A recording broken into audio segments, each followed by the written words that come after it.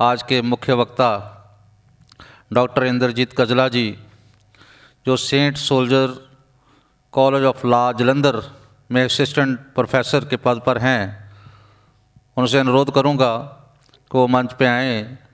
और आज क्योंकि आपके लिए तो समय की कोई सीमा नहीं है सर, और जो जितने भी हमारे साथी सुनने के लिए, हमारी महिलाएं, भाई, बंधु, सभी अधिकारीगण, और ये यहाँ से आपके द्वारा दिया गया ज्ञान जो है उसको ये प्राप्त करें और उसका अनुसरण भी करें। मैं निवेदन करूँगा कजला जी से वो मंच पे आएँ। नमो बुद्धाय, जय भीम। सब तो पहला मैं ऑल इंडिया SC/ST रेलवे जो इंपलाइज़ एसोसीएशन आ ਉਹਦੇ ਸਾਰੇ ਮੈਂਬਰਾਂ ਦਾ ਧੰਨਵਾਦ ਕਰਦਾ ਹਾਂ ਕਿ ਜਿਨ੍ਹਾਂ ਨੇ ਅੱਜ ਮੈਨੂੰ ਇੱਥੇ ਬੁਲਾ ਕੇ ਤੁਹਾਡੇ ਨਾਲ ਵਿਚਾਰ ਰੱਖਣ ਦਾ ਮੌਕਾ ਦਿੱਤਾ ਆ। ਅਤੇ ਨਾਲ ਦੀ ਨਾਲ ਅੱਜ ਦਾ ਦਿਨ ਮੈਂ ਪਹਿਲਾਂ ਵੀ ਬਾਹਰ ਅਸੀਂ ਵਾਈਟ ਦੇ ਵਿੱਚ ਕਹਿ ਚੁੱਕੇ ਹਾਂ, ਜਦੋਂ ਸਾਡੇ ਮੀਡੀਆ ਵਾਲੇ ਲੈ ਰਹੇ ਸੀ ਮਾਈਕ, ਕਿ ਅੱਜ ਜੇ ਮੈਂ ਤੁਹਾਡੇ ਸਾਹਮਣੇ ਇਸ ਮੰਚ 'ਤੇ ਖੜ੍ਹਾ ਹਾਂ ਤਾਂ ਇਹ ਸਿਰਫ ਅਤੇ ਸਿਰਫ ਇੱਕੋ ਮਹਾਂਪੁਰਸ਼ ਦੀ ਦੇਣ ਹੈ, ਉਹ ਹੈ ਮੇਰੇ ਬਾਬਾ ਸਾਹਿਬ। ਕਿਉਂਕਿ ਜੇ ਬਾਬਾ ਸਾਹਿਬ ਨਾ ਹੁੰਦੇ, ਜੇ ਨਾ ਹੁੰਦਾ ਸੰਵਿਧਾਨ ਹਾਲ ਕੁਝ ਹੋਰ ਹੀ ਹੋਣਾ ਸੀ, ਤਾਂ ਅਸੀਂ ਇਮੈਜਿਨ ਹੀ ਨਹੀਂ ਕਰ ਸਕਦੇ। ਕਿਉਂਕਿ ਬੱਚੀ ਨੇ ਬੋਲਿਆ ਲਾਅ ਦੀ ਨੇ ਬਈ ਬੜਾ ਕਨਫਿਊਜ਼ਨ 'ਚ ਨੇ, ਜਿਹੜੀ ਜਨਰਲ ਕੈਟਾਗਰੀ ਦੇ ਵਿੱਚ ਲੋਕ ਨੇ, ਕਈ ਵਾਰੀ ਕੁਐਸਚਨ ਪੁੱਟ ਕਰਦੇ ਰਿਜ਼ਰਵੇਸ਼ਨ ਦਾ ਜਾਂ, ਤਾਂ ਮੈਂ ਇਹਨੂੰ, ਮੇਰੇ ਨਾਲ ਵੀ ਬੱਚਿਆਂ ਦਾ ਕਈ ਵਾਰੀ ਆਰਗੂਮੈਂਟ ਹੁੰਦੀ ਹੈ ਕਾਲਜ ਦੇ ਵਿੱਚ। ਮੈਂ ਇੱਕੋ ਗੱਲ ਕਹਿਣਾ ਹੁੰਦਾ ਵੀ ਪਹਿਲਾਂ ਬੇਟਾ ਹਿਸਟਰੀ ਪੜ੍ਹ ਕੇ ਆ ਵੀ ਰਿਜ਼ਰਵੇਸ਼ਨ ਦਾ ਬੇਸ ਕੀ ਆ। ਕਿਉਂਕਿ ਜਦੋਂ ਅਸੀਂ ਕੋਈ ਗੱਲ ਤਰਕ 'ਤੇ ਕਰਨੀ ਆ, ਅਸੀਂ ਕਿਸੇ ਨਾਲ ਲੜਨਾ ਨਹੀਂ ਹੈਗਾ। ਤਾਂ ਬਾਬਾ ਸਾਹਿਬ ਨੇ ਸਾਨੂੰ ਇਹ ਸਿਖਾਇਆ।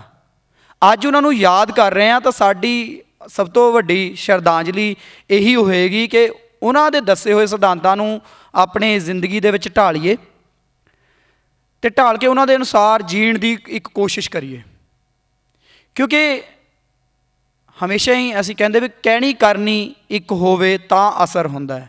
ਕਿਉਂਕਿ ਦੇਬੀ ਮਖਸੂਸਪੁਰੀ ਨੇ ਲਿਖਿਆ, ਪੰਜਾਬੀ ਦੇ ਬਹੁਤ ਮਹਾਨ ਸ਼ਾਇਰ ਨੇ, ਹੁਣ ਵੀ ਗਾਉਂਦੇ ਆ, ਅਤੇ ਉਹਨਾਂ ਲਿਖਿਆ ਵੀ ਕਹਿਣੀ ਕਰਨੀ ਇੱਕ ਹੋਵੇ ਤਾਂ ਅਸਰ ਹੁੰਦਾ ਹੈ, ਖੁਦ ਪੀਂਦੇ ਹੋ ਦੂਜਿਆਂ ਨੂੰ ਪੀਣ ਤੋਂ ਕਿਵੇਂ ਹਟਾਓਗੇ।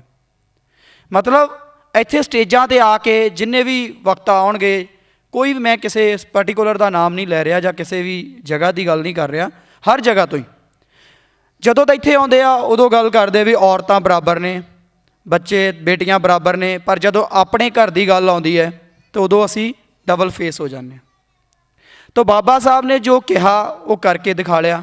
ਕਿਉਂਕਿ ਮੈਂ ਇਹ ਨਾਲ ਕਹਿਣਾ ਚਾਹੁੰਦਾ ਵੀ ਮੈਂ ਤਕਰੀਬਨ 12 ਵਜੇ ਦਾ ਚੱਲਿਆ ਹੋਇਆ ਅਤੇ ਮੈਂ ਇੱਥੇ ਪਹੁੰਚਿਆ 2 ਵਜੇ ਮੈਂ ਪਹੁੰਚ ਗਿਆ ਸੀ, ਅਤੇ ਮੈਂ ਨਾਲ ਦੇ ਨਾਲ ਪੂਰਾ ਪ੍ਰੋਗਰਾਮ ਅਟੈਂਡ, ਮੇਰੇ ਲਈ ਵੈਸੇ ਤਾਂ ਜਿੰਨੇ ਸਪੀਕਰ ਮੇਰੇ ਤੋਂ ਪਹਿਲਾਂ ਬੋਲ ਚੁੱਕੇ ਆ ਵੀ ਮੇਰੇ ਲਈ ਕੁਛ ਜ਼ਿਆਦਾ ਛੱਡਿਆ ਹੀ ਨਹੀਂ ਉਹਨਾਂ ਨੂੰ ਬੋਲਣ ਦੀ, ਪਰ ਮੈਂ ਫਿਰ ਵੀ ਕੋਸ਼ਿਸ਼ ਕਰਾਂਗਾ ਵੀ ਮੈਂ ਕੁਛ ਵੱਖਰਾ ਦੱਸ ਸਕਾਂ ਜੋ ਸ਼ਾਇਦ ਕਿਸੇ ਨੇ ਕਵਰ ਨਾ ਕੀਤਾ ਹੋਵੇ।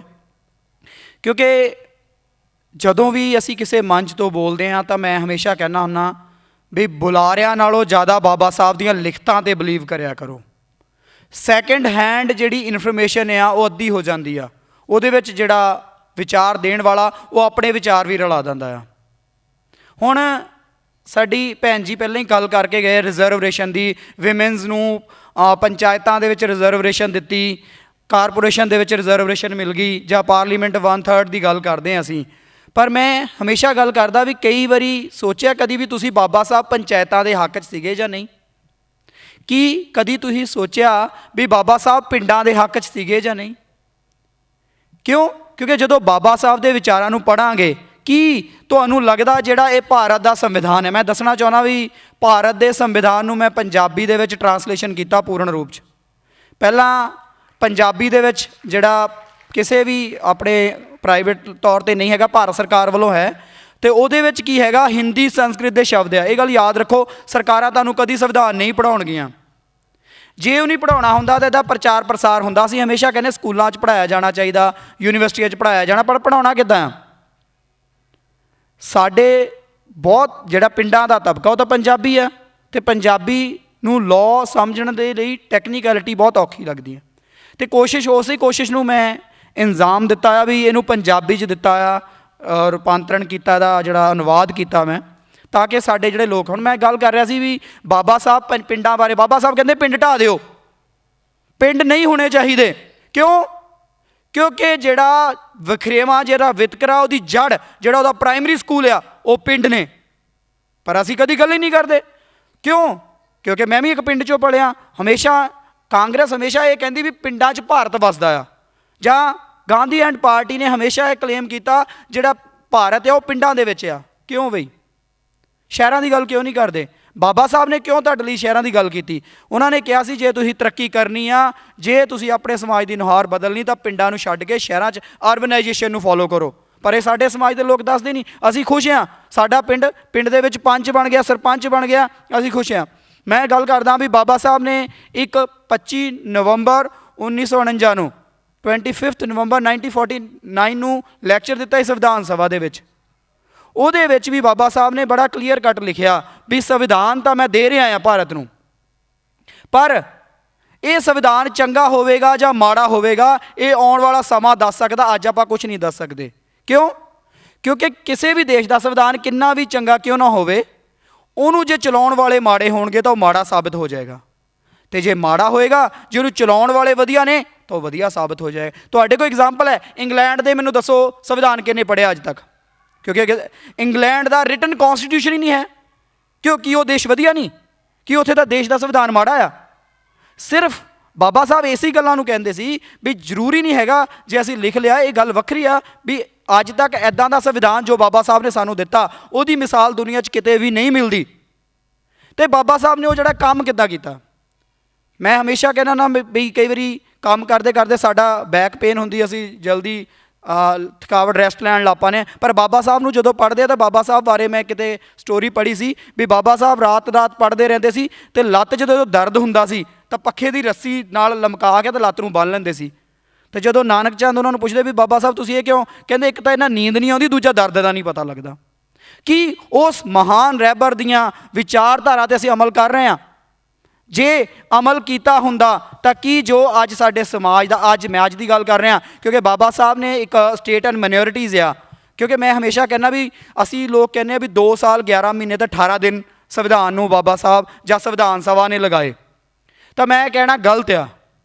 ਬਾਬਾ ਸਾਹਿਬ ਨੇ 2 ਸਾਲ 11 ਮਹੀਨੇ ਤੇ 18 ਦਿਨ ਨਹੀਂ, ਬਾਬਾ ਸਾਹਿਬ ਨੇ ਆਪਣਾ ਸੰਪੂਰਨ ਸੰਘਰਸ਼, ਸੰਪੂਰਨ ਜੀਵਨ ਸਾਡੇ ਉਸ ਉਧਾਰ ਲਈ ਸੰਵਿਧਾਨ ਦੇ ਥਰੂ ਆਪਣਾ ਨਿਸ਼ਾਵਰ ਕਰ ਦਿੱਤਾ।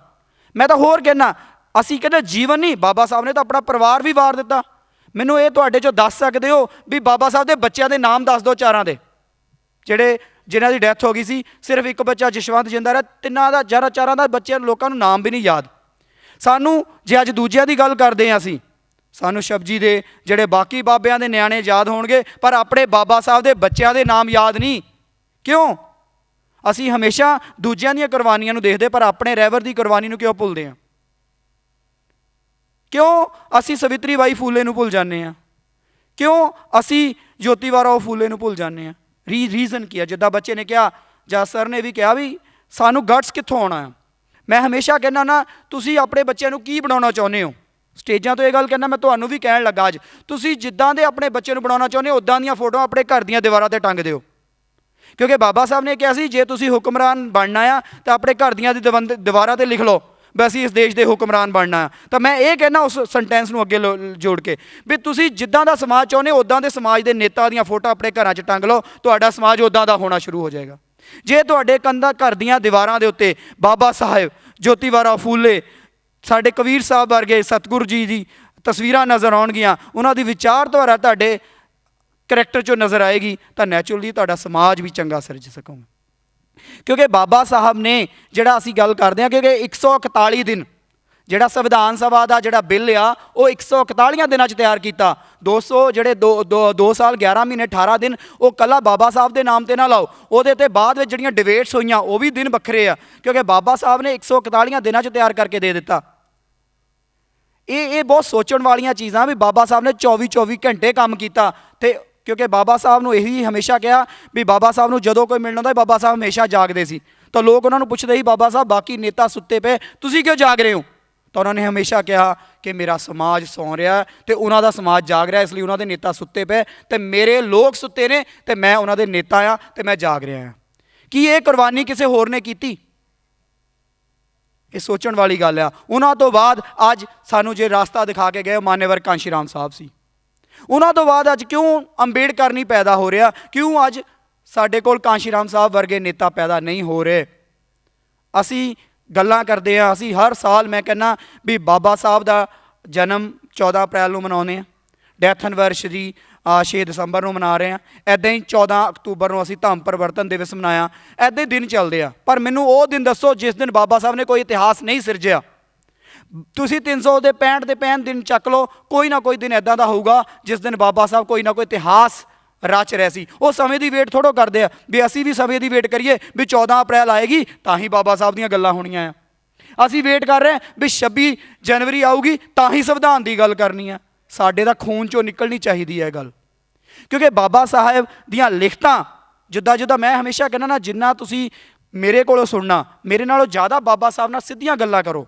ਤੁਹਾਡੀ ਹਰ ਮੁਸ਼ਕਿਲ ਦਾ ਹੱਲ ਉਹਨਾਂ ਦੀਆਂ ਲਿਖਤਾਂ 'ਚ ਪਿਆ, ਹਰ ਮੁਸ਼ਕਿਲ ਦਾ ਹੱਲ ਸੰਵਿਧਾਨ ਦੇ ਵਿੱਚ ਪਿਆ ਆ। ਪਰ ਗੱਲ ਫਿਰ ਆ ਗਈ ਵੀ ਅੱਜ ਮੈਂ ਇੱਕ ਵੀਡੀਓ ਦੇਖ ਰਿਹਾ ਸੀ, ਸ਼ਾਇਦ ਤੁਸੀਂ ਵੀ ਸੁਣਿਆ, ਕੁਲਵਿੰਦਰ ਸੰਧੂ ਕੋਈ ਕਿਸਾਨ ਮੋਰਚੇ ਤੋਂ ਬੋਲ ਰਿਹਾ।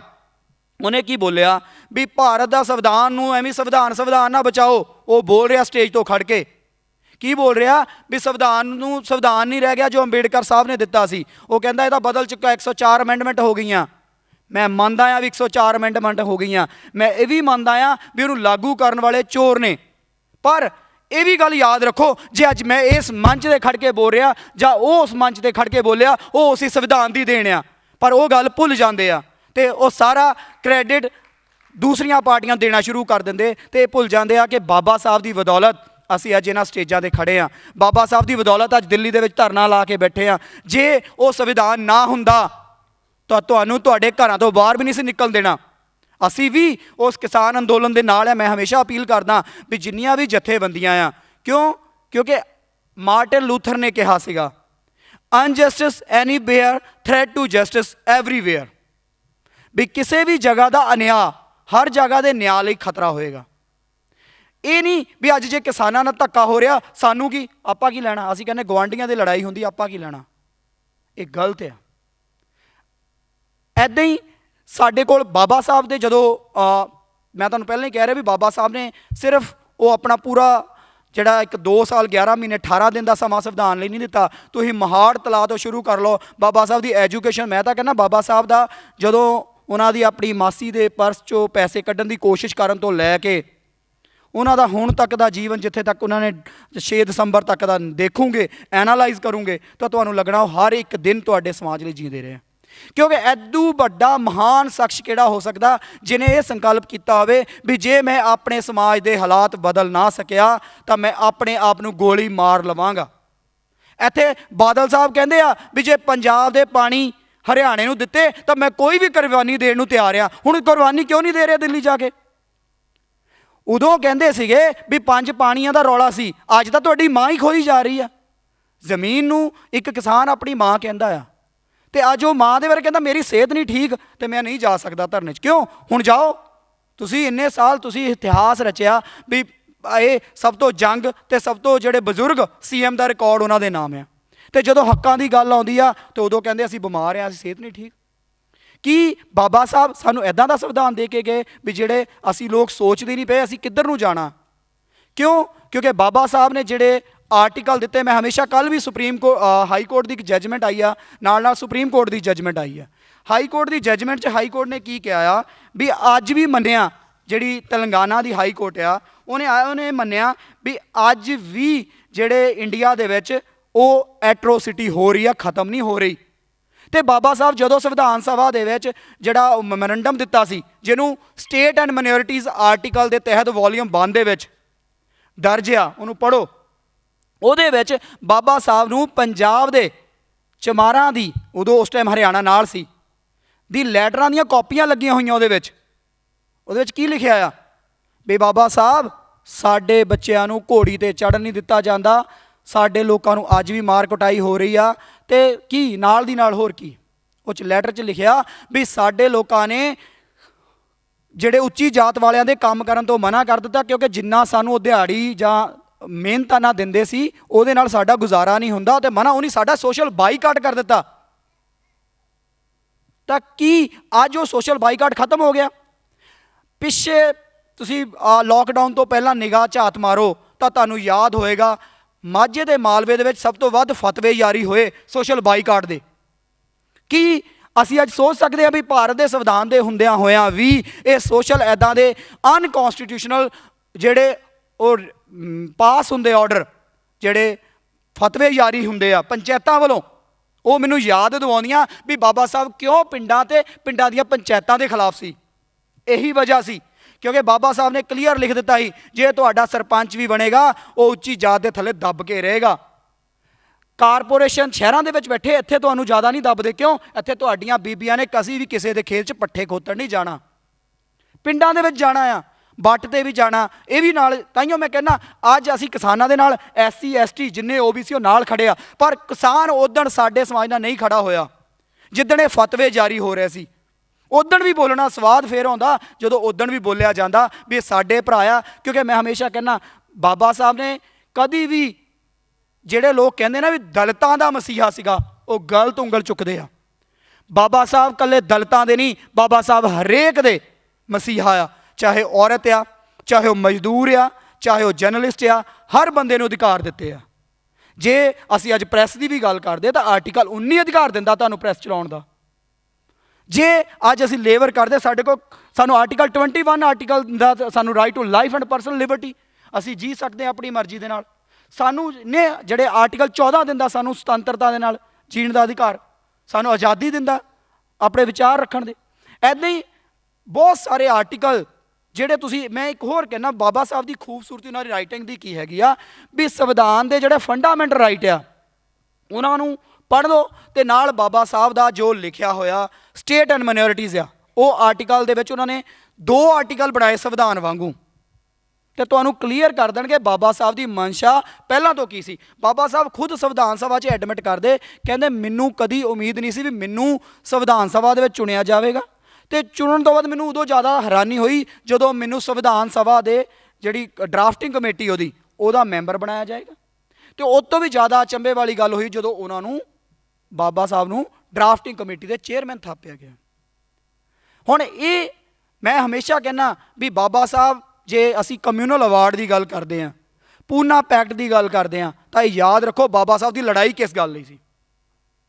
ਕੀ ਬਾਬਾ ਸਾਹਿਬ ਸਿਰਫ ਰਾਜਨੀਤਿਕ ਸੱਤਾ ਲਈ ਲੜਾਈ ਕਰ ਰਹੇ ਸੀ?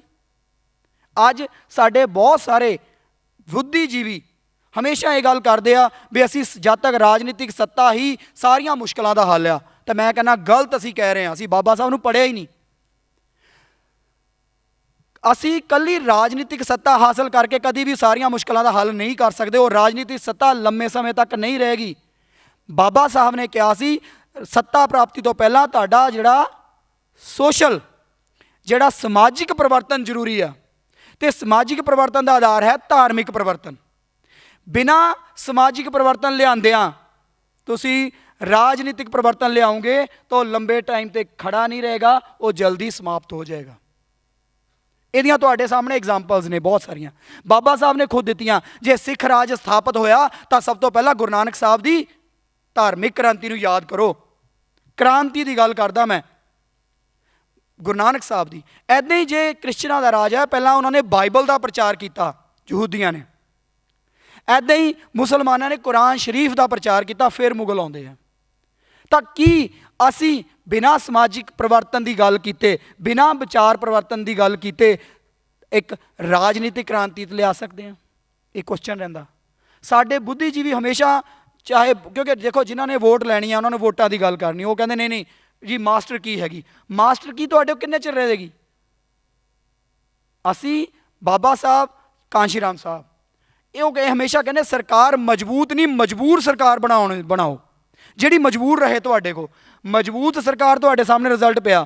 ਬਾਬਾ ਸਾਹਿਬ ਨੇ ਡੈਮੋਕ੍ਰੇਸੀ ਦੇ ਜਿਹੜੇ ਖਤਰੇ ਸੀਗੇ ਉਹ ਆਪਣੇ ਉਸ ਆਰਟੀਕਲ 'ਚ ਵੀ ਡਿਫਾਈਨ ਕਰ ਦਿੱਤੇ ਸੀ ਵੀ ਮੈਨੂੰ ਖਤਰਾ ਆ ਵੀ ਇਹ ਜਿਹੜੀ ਆਜ਼ਾਦੀ ਅੱਜ ਮਿਲੀ ਆ, ਜਿਹੜਾ ਸੰਵਿਧਾਨ ਅੱਜ ਸਾਡਾ ਲਾਗੂ ਹੋਣਾ ਆ, ਇਹ ਕਿੰਨਾ ਚਿਰ ਤੱਕ ਰਹੇਗਾ।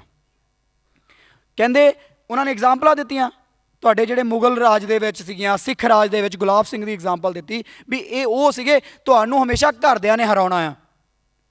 ਤੁਹਾਨੂੰ ਜਦੋਂ ਵੀ ਗੁਲਾਮ ਤੁਸੀਂ ਹੋਏ ਆ, ਪੰਜਾਬ ਜਾਂ ਭਾਰਤ ਪੂਰਾ ਜਦੋਂ ਵੀ ਗੁਲਾਮ ਹੋਇਆ, ਉਹਦੀ ਵਜ੍ਹਾ ਬਾਹਰ ਵਾਲੇ ਨਹੀਂ ਅੰਦਰ ਵਾਲੇ ਹੋਏ ਆ। ਇਹੀ ਅੱਜ ਸਾਡੇ ਸਮਾਜ ਦਾ ਹਾਲਾਤ ਆ।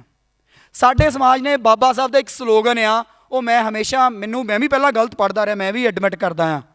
ਉਹ ਸਲੋਗਨ ਅੱਜ ਵੀ ਸਾਡੇ ਲੋਕ ਗਲਤ ਪੜ੍ਹ ਰਹੇ। ਬਾਬਾ ਸਾਹਿਬ ਨੇ ਕਦੀ ਇਹ ਨਹੀਂ ਕਿਹਾ ਪੜ੍ਹੋ ਜੁੜੋ ਸੰਘਰਸ਼ ਕਰੋ। ਬਾਬਾ ਸਾਹਿਬ ਨੇ ਕਿਹਾ ਸੀ ਪੜ੍ਹੋ ਸੰਘਰਸ਼ ਕਰੋ ਤੇ ਜੁੜੋ। ਅਸੀਂ ਗਲਤ ਪੜ੍ਹਦੇ ਹਾਂ ਅੱਜ ਵੀ, ਕਿਉਂਕਿ ਅਸੀਂ ਬਾਬਾ ਸਾਹਿਬ ਨੂੰ ਪੜ੍ਹਿਆ ਹੀ ਨਹੀਂ। ਅਸੀਂ ਸੁਣਿਆ ਪੜ੍ਹੋ ਜੁੜੋ ਸੰਘਰਸ਼ ਕਰੋ ਜੀ। ਬਾਬਾ ਸਾਹਿਬ ਨੇ ਕਿਹਾ ਸੀ ਪੜ੍ਹੋ ਸੰਘਰਸ਼ ਦੂਜੇ ਨੰਬਰ 'ਤੇ ਆ, ਇਹ ਸੰਘਰਸ਼ ਐਂਡ 'ਤੇ ਲੈ ਜਾਂਦੇ, ਪੜ੍ਹੋ ਜੁੜੋ ਦੂਜੇ ਨੰਬਰ 'ਤੇ ਲੈ ਜਾਂਦੇ ਆ। ਜਦ ਕਿ ਜੁੜੋ ਐਂਡ 'ਤੇ ਆ, 17ਵੇਂ ਵੋਲੀਅਮ 'ਚ ਰੈਫਰਡ ਆ, ਪੜ੍ਹ ਸਕਦੇ ਆ। ਪਰ ਅਸੀਂ ਹਮੇਸ਼ਾ ਆਪਣੀਆਂ ਪੋਸਟਾਂ ਦੇ ਉੱਤੇ ਆਉਨੇ ਪੜ੍ਹੋ ਜੁੜੋ ਸੰਘਰਸ਼ ਕਰੋ। ਤਾਂ ਬਹੁਤੇ ਵਿਦਵਾਨ ਇਹ ਕਹਿੰਦੇ, ਜਿਨ੍ਹਾਂ ਲੋਕਾਂ ਨੂੰ ਇਹ ਨਹੀਂ ਪਤਾ ਵੀ ਬਾਬਾ ਸਾਹਿਬ ਦਾ ਸਹੀ ਸਲੋਗਨ ਕੀ ਆ, ਉਹ ਬਾਬਾ ਸਾਹਿਬ ਦੀ ਵਿਚਾਰਧਾਰਾ ਦਾ ਕੀ ਫਲਾਹ ਕਰਨਗੇ। ਬਾਬਾ ਸਾਹਿਬ ਤੁਹਾਨੂੰ ਹਰ ਚੀਜ਼ ਦਾ ਹੱਲ ਦੇ ਕੇ ਗਿਆ। ਤੇ ਦੂਜੀ ਗੱਲ, ਜਿਹੜੀ ਐਜੂਕੇਸ਼ਨ ਦੀ ਗੱਲ ਕੀਤੀ ਆ, ਐਜੂਕੇਸ਼ਨ ਡਿਗਰੀਆਂ ਵਾਲੀ ਐਜੂਕੇਸ਼ਨ ਨਹੀਂ।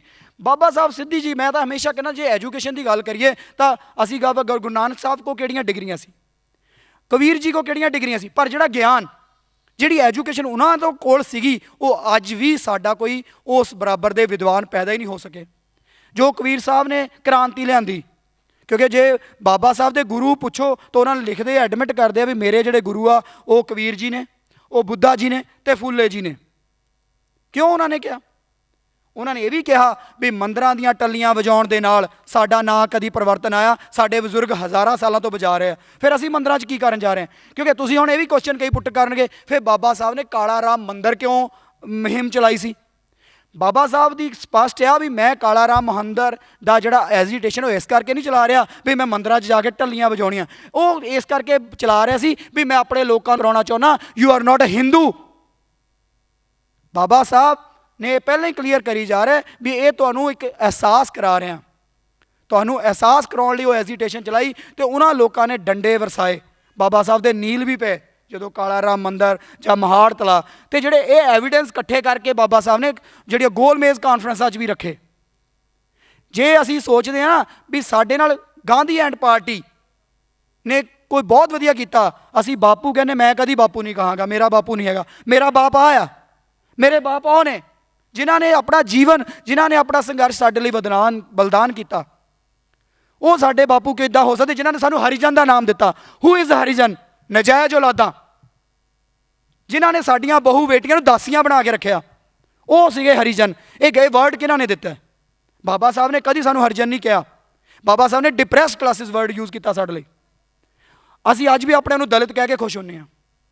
ਅਸੀਂ ਦਲਿਤ ਨਹੀਂ ਹੈਗੇ, ਅਸੀਂ ਡਿਪਰੈਸਡ। ਬਾਬਾ ਸਾਹਿਬ ਨੇ ਕਲੀਅਰ ਕੀਤਾ, ਬਾਬਾ ਸਾਹਿਬ ਨੇ ਡਿਫਾਈਨ ਕੀਤਾ ਮਾਈਨੋਰਿਟੀ ਤੇ ਜਿਹੜੀਆਂ ਰਿਲੀਜੀਅਸ ਮਾਈਨੋਰਿਟੀ ਕਿਹੜੀਆਂ, ਘੱਟ ਗਿਣਤੀ ਤੇ ਧਾਰਮਿਕ ਘੱਟ ਗਿਣਤੀਆਂ ਦਾ ਫਰਕ ਦੱਸਿਆ ਬਾਬਾ ਸਾਹਿਬ ਨੇ। ਬਾਬਾ ਸਾਹਿਬ ਕਹਿੰਦੇ ਘੱਟ ਗਿਣਤੀਆਂ ਉਹ ਨਹੀਂ ਜਿਹੜੀਆਂ ਧਾਰਮਿਕ ਪੱਖੋਂ ਘੱਟ ਹੋਣਗੇ। ਅੱਜ ਜੇ ਅਸੀਂ ਪੁੱਛੀਏ ਜਿਹੜੀਆਂ ਘੱਟ ਗਿਣਤੀਆਂ ਧਾਰਮਿਕ ਤੌਰ 'ਤੇ ਘੱਟ ਗਿਣਤੀ, ਅਸੀਂ ਬਹੁਤ ਗਿਣਤੀ ਬੈਠੇ ਹਾਂ, ਪਰ ਬਾਬਾ ਸਾਹਿਬ ਨੇ ਸਟੇਟ ਐਂਡ ਮਾਈਨੋਰਿਟੀਜ਼ ਦੇ ਵਿੱਚ ਆਪਣੇ ਦਿੱਤਾ ਵੀ ਮਾਈਨੋਰਿਟੀਜ਼ ਕੌਣ, ਹੂ ਇਜ਼ ਮਾਈਨੋਰਿਟੀ। ਬਾਬਾ ਸਾਹਿਬ ਨੇ ਉਹ 'ਚ ਕਲੀਅਰ ਕੀਤਾ ਵੀ ਜਿਹੜੇ ਮਾਈਨੋਰਿਟੀ ਉਹ ਨਹੀਂ ਹੈਗੇ ਜਿਹੜੇ ਸਿਰਫ ਧਾਰਮਿਕ ਤੌਰ 'ਤੇ ਥੋੜ੍ਹੇ ਆ। ਉਹ ਕਹਿੰਦੇ ਤਾਂ ਜਿਹੜੇ ਮਾਈਨੋਰਿਟੀਜ਼ ਉਹ ਨੇ ਜਿਨ੍ਹਾਂ ਦੇ ਨਾਲ ਧੱਕਾ ਹੁੰਦਾ ਆ, ਜਿਨ੍ਹਾਂ ਦੇ ਕਿਤੇ ਚੱਲਦੀ ਨਹੀਂ ਹੈਗੀ।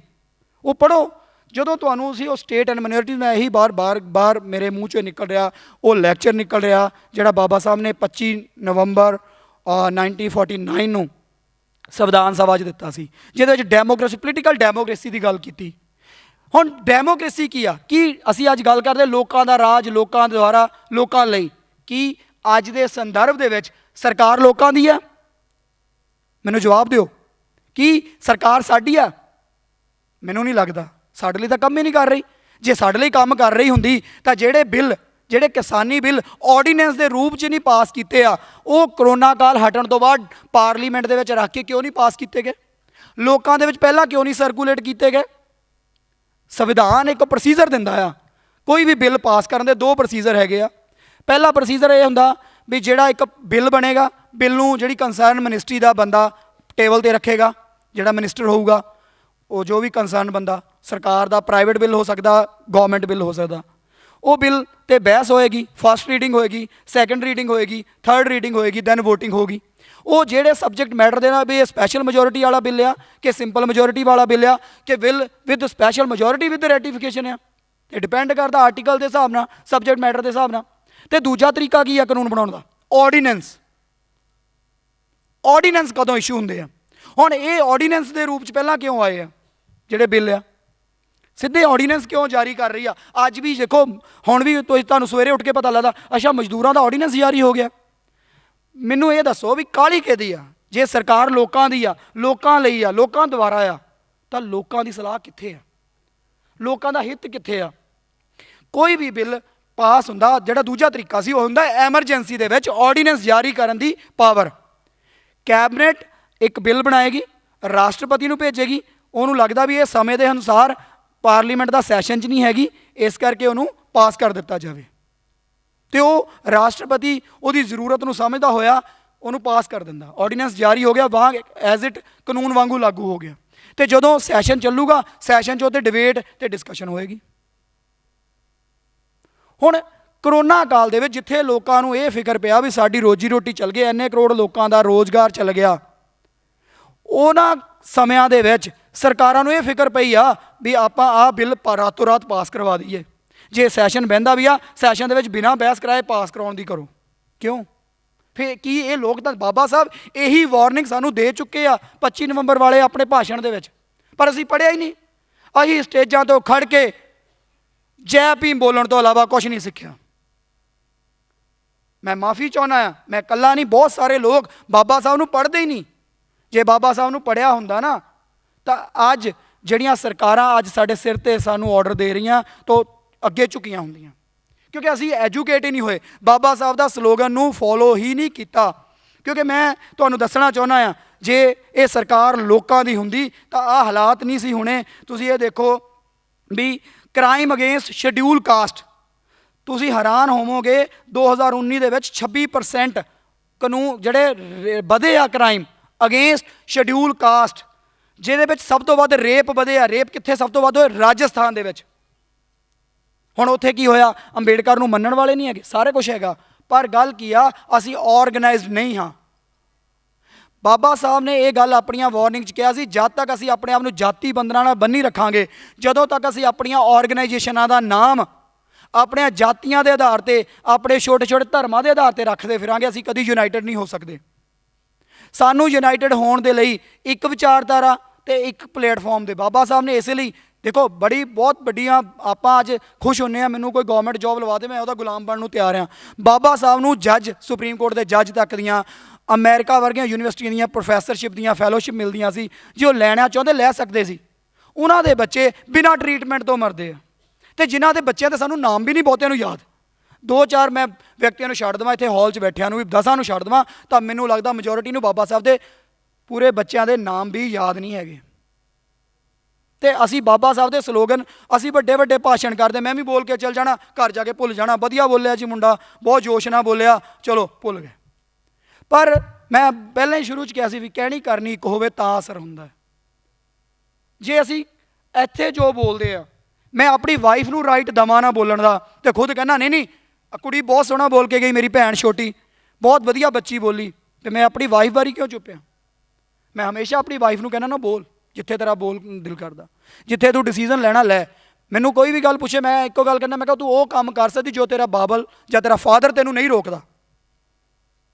ਕੀ ਆਪਾਂ ਇਹ ਆਪਣੇ ਆਪ ਨੂੰ, ਆਪਣੀਆਂ ਵਾਈਫ ਨੂੰ ਇਹ ਲਿਬਰਟੀ ਦਿੰਦੇ ਹਾਂ? ਇਹ ਸਾਨੂੰ ਕੁਐਸਚਨ ਪੁੱਟ ਕਰਨਾ ਬਣਦਾ, ਕਿਉਂਕਿ ਬਾਬਾ ਸਾਹਿਬ ਨੇ ਇਹ ਗੱਲ ਕਹੀ ਸੀ ਵੀ ਮੈਂ ਕਿਸੇ ਵੀ ਸਮਾਜ ਦੀ ਤਰੱਕੀ ਕਿੱਥੋਂ ਨਾਪਾਂਗਾ। ਉਹਨਾਂ ਦਾ ਸਟੈਂਡਰਡ ਆਫ ਜਿਹੜਾ ਪੈਰਾਮੀਟਰ ਸੀ ਨਾਪਣ ਦਾ, ਉਹ ਕੀ ਸੀ? ਵੀ ਉੱਥੇ ਦੀਆਂ ਔਰਤਾਂ ਦੀ ਤਰੱਕੀ। ਹੁਣ ਔਰਤਾਂ ਦੀ ਤਰੱਕੀ ਇਹ ਨਹੀਂ ਵੀ ਉਹ ਰਾਸ਼ਟਰਪਤੀ ਬਣ ਗਈ ਤਾਂ ਇਹ ਤਰੱਕੀ ਆ ਇਕੱਲੀ, ਉਹ ਪ੍ਰਧਾਨ ਮੰਤਰੀ ਬਣ ਗਈ ਤਾਂ ਤਰੱਕੀ। ਉਹਦੀ ਤਰੱਕੀ ਉਦੋਂ ਆ ਜਦੋਂ ਉਹ ਆਪਣੀ ਮਰਜ਼ੀ ਨਾਲ ਡਿਸੀਜ਼ਨ ਲੈਂਦੀ ਆ, ਫਿਰ ਅਸੀਂ ਤਰੱਕੀ ਦਾ ਮਾਪ ਉਹ ਇੱਕ ਪੈਰਾਮੀਟਰ ਨਹੀਂ ਹੈਗਾ ਵੀ ਇੱਕ ਜੋਬ 'ਤੇ ਲੱਗ ਗਏ, ਇੱਕ ਵਧੀਆ ਪੋਜੀਸ਼ਨ 'ਤੇ ਪਹੁੰਚ ਗਏ, ਬਸ ਜੀ ਉਹ ਤੁਸੀਂ ਤਰੱਕੀ ਦੇਤੀ। ਤਰੱਕੀ ਮਾਪਣ ਦਾ ਤਰੀਕਾ ਵੀ ਸਾਨੂੰ ਲੱਭਣਾ ਪੈਣਾ, ਬਾਬਾ ਸਾਹਿਬ ਕਿਹੜਾ ਦੇ ਕੇ ਗਏ। ਤਰੱਕੀ ਉਦੋਂ ਹੀ ਹੁੰਦੀ ਜਦੋਂ ਤੁਸੀਂ ਉਹ ਫੰਡਾਮੈਂਟਲ ਰਾਈਟ, ਜਿੱਦਾਂ ਤੁਹਾਡਾ ਇੱਕ ਬੇਟਾ ਇੰਜੋਏ ਕਰਦਾ ਆ, ਕੀ ਤੁਸੀਂ ਆਪਣੀ ਬੇਟੀ ਨੂੰ ਵੀ ਉੱਦਾਂ ਇੰਜੋਏ ਕਰਨ ਦੇ ਰਹੇ ਹੋ ਕਿ ਨਹੀਂ? ਫਿਰ ਤਰੱਕੀ ਆ। ਫਿਰ ਮੈਂ ਮੰਨ ਸਕਦਾ ਵੀ ਬਾਬਾ ਸਾਹਿਬ ਦੇ ਵਿਚਾਰਾਂ ਵਾਲਾ ਸੰਵਿਧਾਨ ਲਾਗੂ ਹੋ ਗਿਆ ਤੇ ਉਸ ਨੇਸ਼ਨ ਦੇ ਪ੍ਰੋਗਰੈਸ ਨੂੰ ਅਸੀਂ ਸਫਲਲੀ ਉਧਰ ਨੂੰ ਤੁਰੇ ਜਾ ਰਹੇ। ਕਿਉਂਕਿ ਬਾਬਾ ਸਾਹਿਬ ਨੇ ਵੀ ਕਿਹਾ ਇਹ ਜ਼ਰੂਰੀ ਨਹੀਂ ਅਸੀਂ ਕਿੰਨੀ ਸਪੀਡ ਨਾਲ ਕਿੱਧਰ ਨੂੰ ਭੱਜਦੇ ਹਾਂ, ਇਹ ਬਹੁਤ ਜ਼ਰੂਰੀ ਆ ਵੀ ਸਪੀਡ ਸਾਡੀ ਘੱਟ ਆ ਪਰ ਡਾਇਰੈਕਸ਼ਨ ਸਹੀ ਹੋਣੀ ਚਾਹੀਦੀ ਹੈ। ਪਰ ਅਫਸੋਸ ਅੱਜ ਸਾਡੇ 'ਚ ਦੌੜ ਕਾਹਦੀ ਲੱਗੀ ਆ? ਸਿਰਫ ਸਾਡੀ ਆਪਣੀ ਸ਼ੋਹਰਤ ਦੀ, ਵੀ ਮੈਂ ਪ੍ਰਧਾਨ ਆ, ਮੇਰੀਆਂ ਫੋਟੋਆਂ ਹੋ ਜਾਣ 4, ਕੱਲ੍ਹ ਦੀਆਂ ਅਖਬਾਰਾਂ 'ਚ ਨਿਊਜ਼ ਲੱਗ ਜਾਵੇ, ਮੇਰਾ 4 ਲੋਕ ਮੇਰੇ ਮਗਰ ਖੜ ਜਾਣ ਆ ਕੇ।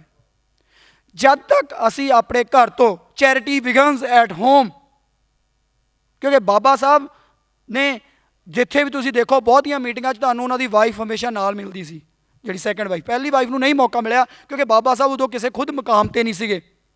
ਜੇ ਬੁੱਧ ਦੀਕਸ਼ਾ ਲਈ ਜਾਂ ਬਹੁਤੀਆਂ ਮੀਟਿੰਗਾਂ 'ਚ ਤੁਸੀਂ ਦੇਖੋ ਉਹਨਾਂ ਦੀ ਸਵਿਤਾ ਅੰਬੇਡਕਰ ਦੀਆਂ ਫੋਟੋਆਂ ਨਾਲ ਮਿਲਦੀਆਂ। ਰਮਾਬਾਈ ਅੰਬੇਡਕਰ ਦਾ ਜਿਹੜਾ ਸੰਘਰਸ਼ ਉਹ ਕਦੀ ਨਹੀਂ ਭੁੱਲਣਾ ਚਾਹੀਦਾ ਸਾਨੂੰ। ਮੈਂ ਹਮੇਸ਼ਾ ਕਹਿੰਦਾ ਨਾ, ਜੇ ਬਾਬਾ ਸਾਹਿਬ ਬਾਬਾ ਬਣੇ ਤਾਂ ਇਹ ਸੰਘਰਸ਼ ਦੇ ਪਿੱਛੇ ਰਮਾਬਾਈ ਅੰਬੇਡਕਰ ਦੀ ਮਿਹਨਤ ਸੀਗੀ। ਜੇ ਉਹ ਉਹਨਾਂ ਨੂੰ ਪਾਥੀਆਂ ਪੱਥ ਕੇ ਉਹ ਆਪਣੇ ਪੈਸੇ ਬਚਾ ਕੇ ਬਾਬਾ ਸਾਹਿਬ ਨੂੰ ਨਾ ਭੇਜਦੀ ਤਾਂ ਮੈਨੂੰ ਨਹੀਂ ਲੱਗਦਾ ਕਿ ਅੰਬੇਡਕਰ ਬਾਬਾ ਸਾਹਿਬ ਦੀ ਅੱਜ ਇੱਥੇ ਜਨਮ ਡੈਥ ਐਨਵਰਸਰੀ ਮਨਾਈ ਜਾਂਦੀ ਜਾਂ 14 ਅਪ੍ਰੈਲ ਨੂੰ ਜਨਮ ਦਿਨ ਮਨਾਇਆ ਜਾਂਦਾ। ਕਿਉਂਕਿ ਸ਼ੁਰੂ ਤੋਂ ਲੈ ਕੇ ਬਾਬਾ ਸਾਹਿਬ ਦੇ ਜੀਵਨ 'ਤੇ ਬਹੁਤ ਪ੍ਰਭਾਵ ਪਾਇਆ। ਕਿਉਂਕਿ ਬਾਬਾ ਅੱਜ ਵੀ ਅਸੀਂ ਕਹਿੰਦੇ ਮੈਂ ਇੱਥੇ ਨਿਕਲਿਆ, ਮੇਰੇ ਘਰੋਂ ਮੈਨੂੰ ਫੋਨ ਆਈ ਜਾਂਦੇ, ਨਹੀਂ ਜੀ ਤੁਸੀਂ ਘਰ ਆਓ, ਤੁਸੀਂ ਉੱਥੇ ਕਰਦੇ ਨਹੀਂ। ਅੱਜ ਵੀ ਸਾਡੀਆਂ ਜਿਹੜੀਆਂ ਔਰਤਾਂ ਆ ਉਹ ਬਹੁਤ ਵੱਡੀ ਭੂਮਿਕਾ ਅਦਾ ਕਰਦੀਆਂ ਆ ਸਮਾਜ ਨੂੰ ਸਿਰਜਣ 'ਚ ਵੀ। ਅਤੇ ਬਾਬਾ ਸਾਹਿਬ ਇਹ ਚੰਗੀ ਭਲੀ ਭਾਂਤੀ ਜਾਣਦੇ ਸੀ। ਸੋ ਇਸੇ ਲਈ ਅਸੀਂ ਹਮੇਸ਼ਾ ਕਹਿੰਦੇ ਵੀ ਸਭ ਤੋਂ ਵੱਧ ਸ਼ੁਕਰਗੁਜ਼ਾਰ ਜੇ ਕੋਈ ਵਰਗ ਹੋਣਾ ਚਾਹੀਦਾ ਉਹ ਔਰਤ ਵਰਗ ਹੋਣਾ ਚਾਹੀਦਾ। ਕਿਉਂਕਿ ਬਾਬਾ ਸਾਹਿਬ ਨੇ ਤੁਹਾਨੂੰ ਪੈਰਾਂ ਦੀ ਜੁੱਤੀ ਤੋਂ ਸਿਰ ਦਾ ਤਾਜ ਬਣਾ ਦਿੱਤਾ ਪੂਰੇ ਵਿਸ਼ਵ ਦਾ। ਜੇ ਅੱਜ ਕਮਲਾ ਹੈਰਿਸ ਰਾਸ਼ਟਰਪਤੀ ਬਣਦੀ ਆ ਤਾਂ ਇਹ ਵੀ ਇੱਕ ਸੰਵਿਧਾਨ ਦਾ ਇੱਕ ਕਹਿ ਲਓ ਵੀ, ਕਿਉਂਕਿ ਇਹ ਜ਼ਰੂਰੀ ਨਹੀਂ ਹੁੰਦਾ ਵੀ ਅਸੀਂ ਕਹੀਏ ਵੀ ਉੱਥੇ ਤਾਂ ਅਮਰੀਕਾ ਉੱਥੇ ਤਾਂ ਕੋਈ ਫਰਕ ਨਹੀਂ। ਉਹ ਉੱਥੇ ਵੀ 1965 ਦੇ ਵਿੱਚ ਔਰਤਾਂ ਨੂੰ ਅਧਿਕਾਰ ਮਿਲਦੇ ਆ। ਪਹਿਲਾਂ ਉੱਥੇ ਵੀ ਔਰਤਾਂ ਦਾ ਕੋਈ ਹਾਲਾਤ ਨਹੀਂ ਸੀ। ਪੜ੍ਹ ਕੇ ਦੇਖ ਲਓ ਫੈਮਿਨਿਸਟ ਜੂਰਿਸਪ੍ਰੂਡੈਂਸ ਕਦੋਂ ਆਉਂਦਾ ਆ। ਜੇ ਉਹ ਇੱਦਾਂ ਦੀਆਂ ਚੀਜ਼ਾਂ ਹੁੰਦੀਆਂ ਤਾਂ ਤੁਸੀਂ ਇਹ ਦੇਖ ਲਓ ਵੀ ਆਪਾਂ ਨੂੰ ਅੱਜ ਗੱਲਾਂ ਨਹੀਂ ਕਰਨੀਆਂ ਪੈਣੀਆਂ ਸੀ। ਉੱਥੇ ਵੀ ਗੋਰੇ ਅਤੇ ਕਾਲੇ ਦਾ ਵਿਤਕਰਾ ਰਿਹਾ। ਉੱਥੇ ਜੇ ਬਰਾਕ ਹੁਣ ਕਿੱਥੇ ਇੱਥੋਂ ਸਾਡੇ ਮਹੋਦਏ ਨੇ ਕਿਹਾ ਸੀਗਾ, ਸਪੀਕਰ ਨੇ ਕਿਸੇ ਨੇ, ਵੀ ਅਮਰੀਕਾ ਕਹਿੰਦਾ ਵੀ ਜੇ ਅੰਬੇਡਕਰ ਸਾਡੀ ਕੰਟਰੀ ਜੰਮਦਾ ਆ ਤਾਂ ਅਸੀਂ ਉਹਨੂੰ ਅਮਰੀਕਾ ਦਾ ਸੂਰਜ ਕਹਿੰਦੇ। ਉਹ ਕਹਿਣ ਵਾਲਾ ਕੌਣ ਸੀ? ਬਰਾਕ ਓਬਾਮਾ, ਜਿਨ੍ਹਾਂ ਨੂੰ ਉੱਥੇ ਦੇ ਕਾਲੇ ਗੁਲਾਮ ਬਣਾ ਕੇ ਰੱਖਿਆ ਅਮਰੀਕਾ ਦੇ ਗੋਰਿਆਂ ਨੇ। ਉਹ ਬਾਬਾ ਸਾਹਿਬ ਦੀ ਇੱਜ਼ਤ ਕਿਉਂ ਕਰਦੇ ਆ? ਕਿਉਂਕਿ ਉਹਨਾਂ ਨੇ ਵੀ ਉਹ ਦਰਦ ਸਿਹਾ ਵਿਤਕਰੇ ਦਾ। ਇਹ ਵੱਖਰੀ ਗੱਲ, ਉੱਥੇ ਜਾਤਾਂ ਨਹੀਂ, ਉੱਥੇ ਗੋਲੇ ਤੇ ਸੀਗਾ। ਉਹ ਵੀ 1965 ਦੇ ਰਾਊਂਡ ਖਤਮ ਹੁੰਦਾ ਆ।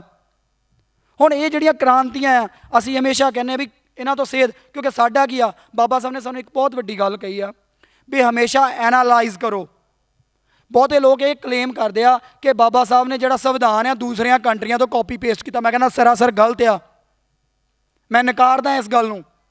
ਬਾਬਾ ਸਾਹਿਬ ਨੇ ਕਦੀ ਵੀ ਕੋਈ ਵੀ ਕਿਸੇ ਚੀਜ਼ ਦੀ ਕਾਪੀ ਨਹੀਂ ਕੀਤੀ। ਬਾਬਾ ਸਾਹਿਬ ਨੇ ਕੰਪੈਰੇਟਿਵ ਸਟੱਡੀ ਕੀਤੀ ਆ ਵਰਲਡ ਦੇ ਸੰਵਿਧਾਨਾਂ ਦੀ।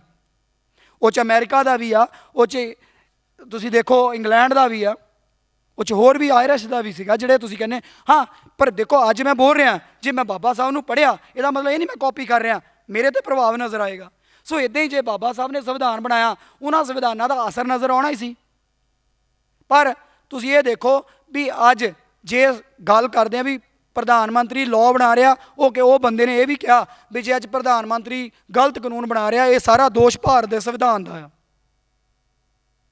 ਮੈਂ ਇਹੀ ਗੱਲ ਕਹਿ ਰਿਹਾ ਵੀ ਸੰਵਿਧਾਨ ਨੂੰ ਦੋਸ਼ ਦੇਣ ਦੀ ਬਜਾਏ ਆਪਣੇ ਆਪ ਨੂੰ ਦੋਸ਼ ਦੇਣਾ ਬਣਦਾ ਸਾਡਾ। ਕਿਉਂਕਿ ਕਾਂਸ਼ੀ ਰਾਮ ਸਾਹਿਬ ਨੇ ਇੱਕ ਗੱਲ ਬੜੀ ਵਧੀਆ ਕਹੀ ਸੀ ਵੀ ਜਿੱਦਾਂ ਦਾ ਸਮਾਜ ਉੱਦਾਂ ਦੇ ਹੀ ਨੇਤਾ ਪੈਦਾ ਹੋਣੇ ਆ। ਜੇ ਸਮਾਜ ਹੀ ਬਕਾਊ ਹੋਊਗਾ ਤਾਂ ਨੇਤਾ ਕਦੀ ਇਮਾਨਦਾਰ ਪੈਦਾ ਨਹੀਂ ਹੋ ਸਕਦੇ। ਅਤੇ ਜੇ ਨੇਤਾ ਬਕਾਊ ਹੋਣਗੇ ਪਰ ਸਮਾਜ ਇਮਾਨਦਾਰ ਆ ਤਾਂ ਉਹ ਨਵਾਂ ਲੀਡਰ ਪੈਦਾ ਕਰਕੇ ਖੜਾ ਕਰ ਦੇਣਗੇ, ਪੁਰਾਣਾ ਖਤਮ ਹੋ ਜਾਏਗਾ।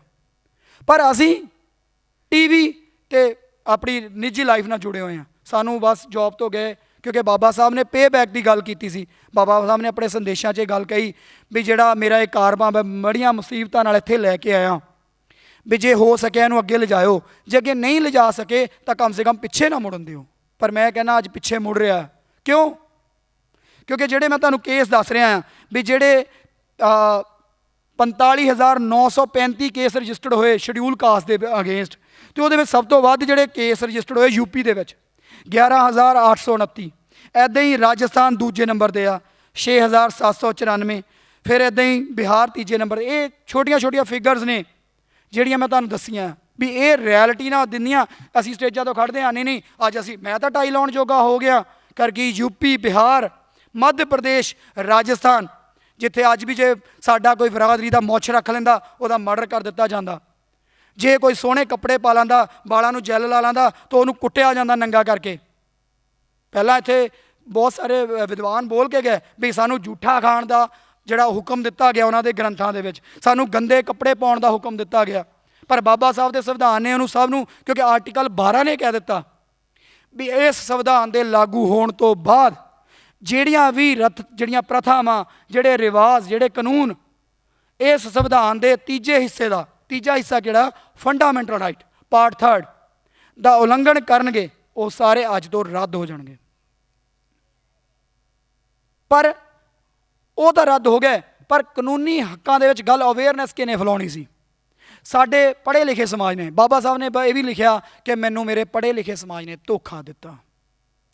ਮੈਂ ਹਮੇਸ਼ਾ ਕਹਿੰਦਾ ਹੁੰਦਾ ਸਟੇਜਾਂ ਤੋਂ ਖੜ੍ਹ ਕੇ, ਮੈਂ ਕੋਈ ਮਿਸ਼ਨਰੀ ਨਹੀਂ ਹਾਂ, ਮੈਂ ਉਹ ਧੱਬਾ ਹਟਾਉਣ ਦੀ ਕੋਸ਼ਿਸ਼ ਕਰ ਰਿਹਾ, ਇੱਕ ਆਮ ਇਨਸਾਨ ਆ। ਮੈਂ ਕੋਈ ਮਿਸ਼ਨਰੀ ਨਹੀਂ, ਮੈਂ ਕੋਈ ਬਹੁਤ ਵੱਡਾ ਬਾਬਾ ਸਾਹਿਬ ਦਾ ਫਿਲਾਸਫਰ ਨਹੀਂ। ਮੈਂ ਸਿਰਫ ਉਹ ਜਿਹੜਾ ਧੱਬਾ ਸਾਡੇ ਪੜ੍ਹਿਆਂ ਲਿਖਿਆਂ 'ਤੇ ਲੱਗਾ ਗਲਤੀ ਦੇ ਨਾਲ, ਸਾਡੇ ਬਜ਼ੁਰਗਾਂ ਦੀ ਗਲਤੀ ਦੇ ਨਾਲ, ਉਹਨੂੰ ਧੋਣ ਦੀ ਕੋਸ਼ਿਸ਼ ਕਰਨੀ ਚਾਹੀਦੀ ਸਾਨੂੰ ਸਾਰਿਆਂ ਨੂੰ।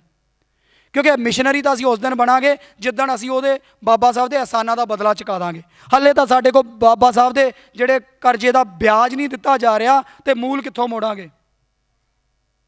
ਤੇ ਅਸੀਂ ਆਪਣੇ ਆਪ ਨੂੰ ਦੱਸਦੇ ਹਾਂ ਬਹੁਤ ਵੱਡਾ ਮਿਸ਼ਨਰੀ, ਬਹੁਤ ਵੱਡਾ ਸਪੀਕਰ, ਕਦੀ ਨਹੀਂ ਬਣ ਪਾਵਾਂਗੇ। ਕਿਉਂਕਿ ਬਾਬਾ ਸਾਹਿਬ, ਜਿੱਦਾਂ ਸਾਡੀ ਇੱਕ ਸਿਸਟਰ ਨੇ ਬੋਲਿਆ ਕਿ ਬਾਬਾ ਸਾਹਿਬ ਨੇ ਕਈ ਜਨਮਾਂ ਦਾ ਕੰਮ ਇੱਕ ਜਨਮ 'ਚ ਕਰਕੇ ਦਿਖਾ ਦਿੱਤਾ, ਪਰ ਅਸੀਂ ਐਨੇ ਜਣੇ, ਕਈ ਜਨਮਾਂ ਦੇ ਬੰਦੇ, ਜਾਂ ਇੱਕੋ ਕਹਿ ਲਓ ਕਿ ਜੇ ਮੇਰਾ ਇੱਕ ਜਨਮ, ਤੁਹਾਡਾ, ਆਪਾਂ ਕਿੰਨੇ ਬੈਠੇ ਹਾਂ, ਐਨੇ ਜਨਮ ਰਲ ਕੇ ਵੀ ਉਸ ਇੱਕ ਇਨਸਾਨ ਦਾ ਸੁਪਨਾ ਨਹੀਂ ਪੂਰਾ ਕਰ ਰਹੇ। ਕਿਉਂ? ਕਿਉਂਕਿ ਅਸੀਂ ਐਜੂਕੇਟ ਹੀ ਨਹੀਂ ਹੋਏ। ਸਾਡੀ ਐਜੂਕੇਸ਼ਨ ਦਾ ਪਰਪਸ ਕੀ ਆ? ਜੋਬ। ਸਾਨੂੰ ਹਮੇਸ਼ਾ ਸਾਡੇ ਦਿਮਾਗ 'ਚ ਕੀ ਚੱਲਦਾ ਜਦੋਂ ਅਸੀਂ ਬੱਚੇ ਨੂੰ ਪੜ੍ਹਾਉਣਾ ਆ, ਜਾਂ ਅਸੀਂ ਬੱਚੇ ਨੂੰ ਪੜ੍ਹਨ ਲਈ ਭੇਜਦੇ ਹਾਂ ਵੀ ਬੇਟਾ ਵਧੀਆ ਨੰਬਰ ਲੈ, ਤੇਰੀ ਜੋਬ ਵਧੀਆ ਲੱਗੇਗੀ। ਜਦ ਤੱਕ ਸਾਡੇ ਦਿਮਾਗ 'ਚ ਬੱਚੇ ਨੂੰ ਚੰਗਾ ਕਰੈਕਟਰ, ਚੰਗਾ ਆਚਰਣ ਦੇ ਲਈ ਨਹੀਂ ਐਜੂਕੇਸ਼ਨ ਦਿੰਦੇ, ਉਦੋਂ ਤੱਕ ਅਸੀਂ ਬਾਬਾ ਸਾਹਿਬ ਦੇ ਸੁਪਨਿਆਂ ਦਾ ਸਮਾਜ ਕਿੱਦਾਂ ਸਿਰਜ ਸਕਦੇ ਹਾਂ? ਬਾਬਾ ਸਾਹਿਬ ਇੱਦਾਂ ਦੀ ਹਸਤੀ ਆ ਜਿਨ੍ਹਾਂ ਦੇ ਜਿੱਦਣ 6 ਦਸੰਬਰ 1956 ਨੂੰ ਡੈਥ ਹੁੰਦੀ ਆ, ਉਹਨਾਂ ਦੇ ਬਾਅਦ 'ਚ ਅਕਾਊਂਟ ਦਾ ਡਾਟਾ ਆਉਂਦਾ, ਤਾਂ ਮੈਂ ਜਿਹੜਾ ਪੜ੍ਹਿਆ, ਹੋ ਸਕਦਾ ਥੋੜ੍ਹਾ ਬਹੁਤਾ ਅੱਗੇ ਪਿੱਛੇ ਹੋ ਜਾਵੇ, ਤਾਂ 243 ਰੁਪਏ ਉਹਨਾਂ ਦੇ ਅਕਾਊਂਟ 'ਚੋਂ ਮਿਲਦੇ ਆ। ਮੈਨੂੰ ਤੁਸੀਂ ਦੱਸ ਸਕਦੇ ਹੋ ਵੀ ਅੱਜ ਦਾ ਕੋਈ ਇੱਦਾਂ ਦਾ ਮਿਨਿਸਟਰ, ਇੱਦਾਂ ਦਾ ਪ੍ਰਧਾਨ ਮੰਤਰੀ, ਇੱਦਾਂ ਦਾ ਲਾਅ ਮਿਨਿਸਟਰ ਦੱਸੋ ਜੇ ਉਹ ਅੱਜ ਮਰੇ ਤਾਂ ਉਹਦੇ ਅਕਾਊਂਟ 'ਚੋਂ 243 ਰੁਪਏ ਮਿਲਣ? ਕਿਉਂ? ਕਿਉਂਕਿ ਬਾਬਾ ਸਾਹਿਬ ਨੇ ਕਿਹਾ ਸੀ ਤੁਹਾਡਾ ਕਰੈਕਟਰ, ਜੇ ਅੱਜ ਬਾਬਾ ਸਾਹਿਬ, ਮੈਂ ਪਹਿਲਾਂ ਹੀ ਕਿਹਾ, ਜੇ ਅੱਜ ਬਾਬਾ ਸਾਹਿਬ ਨੇ ਤਾਂ ਉਹਨਾਂ ਦਾ ਹਾਈ ਕਰੈਕਟਰ। ਜੇ ਤੁਹਾਡੇ ਕੋਲ ਕਰੈਕਟਰ ਨਹੀਂ ਹੈ ਤਾਂ ਤੁਸੀਂ ਕਦੀ ਵੀ ਪ੍ਰੋਗਰੈਸ ਨਹੀਂ ਕਰ ਸਕਦੇ। ਤੁਹਾਨੂੰ ਲੋਕੀ ਜਿਹੜੇ ਤੁਹਾਡੇ ਜਿਹੜੇ ਕਰੈਕਟਰ ਦੇ ਡਿਫੈਕਟਸ ਨੇ ਉਹ ਥੱਲੇ ਗਿਰਾ ਦੇਣਗੇ। ਕਿਉਂਕਿ ਇਹਦੇ 'ਤੇ ਇੱਕ ਛੋਟੀ ਜਿਹੀ ਸਟੋਰੀ ਸੀ, ਮੈਂ ਸੁਣੀ। ਜੇ ਮੈਂ ਨਾਲ ਇਹ ਵੀ ਦੱਸਣਾ ਚਾਹੁੰਦਾ, ਜੇ ਤੁਹਾਨੂੰ ਲੱਗੇ ਵੀ ਮੈਂ ਜ਼ਿਆਦਾ ਹੋ ਰਿਹਾ ਤਾਂ ਮੈਂ ਉੱਥੇ ਬੰਦ ਕਰ ਦਾਂਗਾ, ਮੈਨੂੰ ਇਸ਼ਾਰਾ ਕਰ ਦਿਓ ਪਲੀਜ਼। ਇੱਕ ਸਟੋਰੀ ਸੀ ਵੀ ਜਦੋਂ ਇੱਕ ਵਾਰ ਲੱਗਣੀ ਸੀ ਤਾਂ ਇੱਕ ਆਫਿਸਰ ਨੇ ਇੱਕ ਐਡ ਦਿੱਤੀ ਵੀ ਮੈਨੂੰ 3 ਜਿਹੜੀਆਂ ਕੁਆਲੀਫਿਕੇਸ਼ਨ ਵਾਲੇ ਬੰਦੇ ਚਾਹੀਦੇ ਆ, ਬਈ ਜਿਹੜੇ ਉਹਦੇ ਵਿੱਚ ਇੱਕ ਹੋਏ ਉਹਨੂੰ ਪਲੈਨਿੰਗ ਦੇ ਵਿੱਚ ਐਕਸਪਰਟ ਹੋਵੇ, ਇੱਕ ਉਹਨੂੰ ਜਿਹੜਾ ਲੀਡਰਸ਼ਿਪ ਦੀ ਕੁਆਲਿਟੀ ਹੋਵੇ, ਅਤੇ ਤੀਜਾ ਉਹਦਾ ਹਾਈ ਕਰੈਕਟਰ ਹੋਵੇ।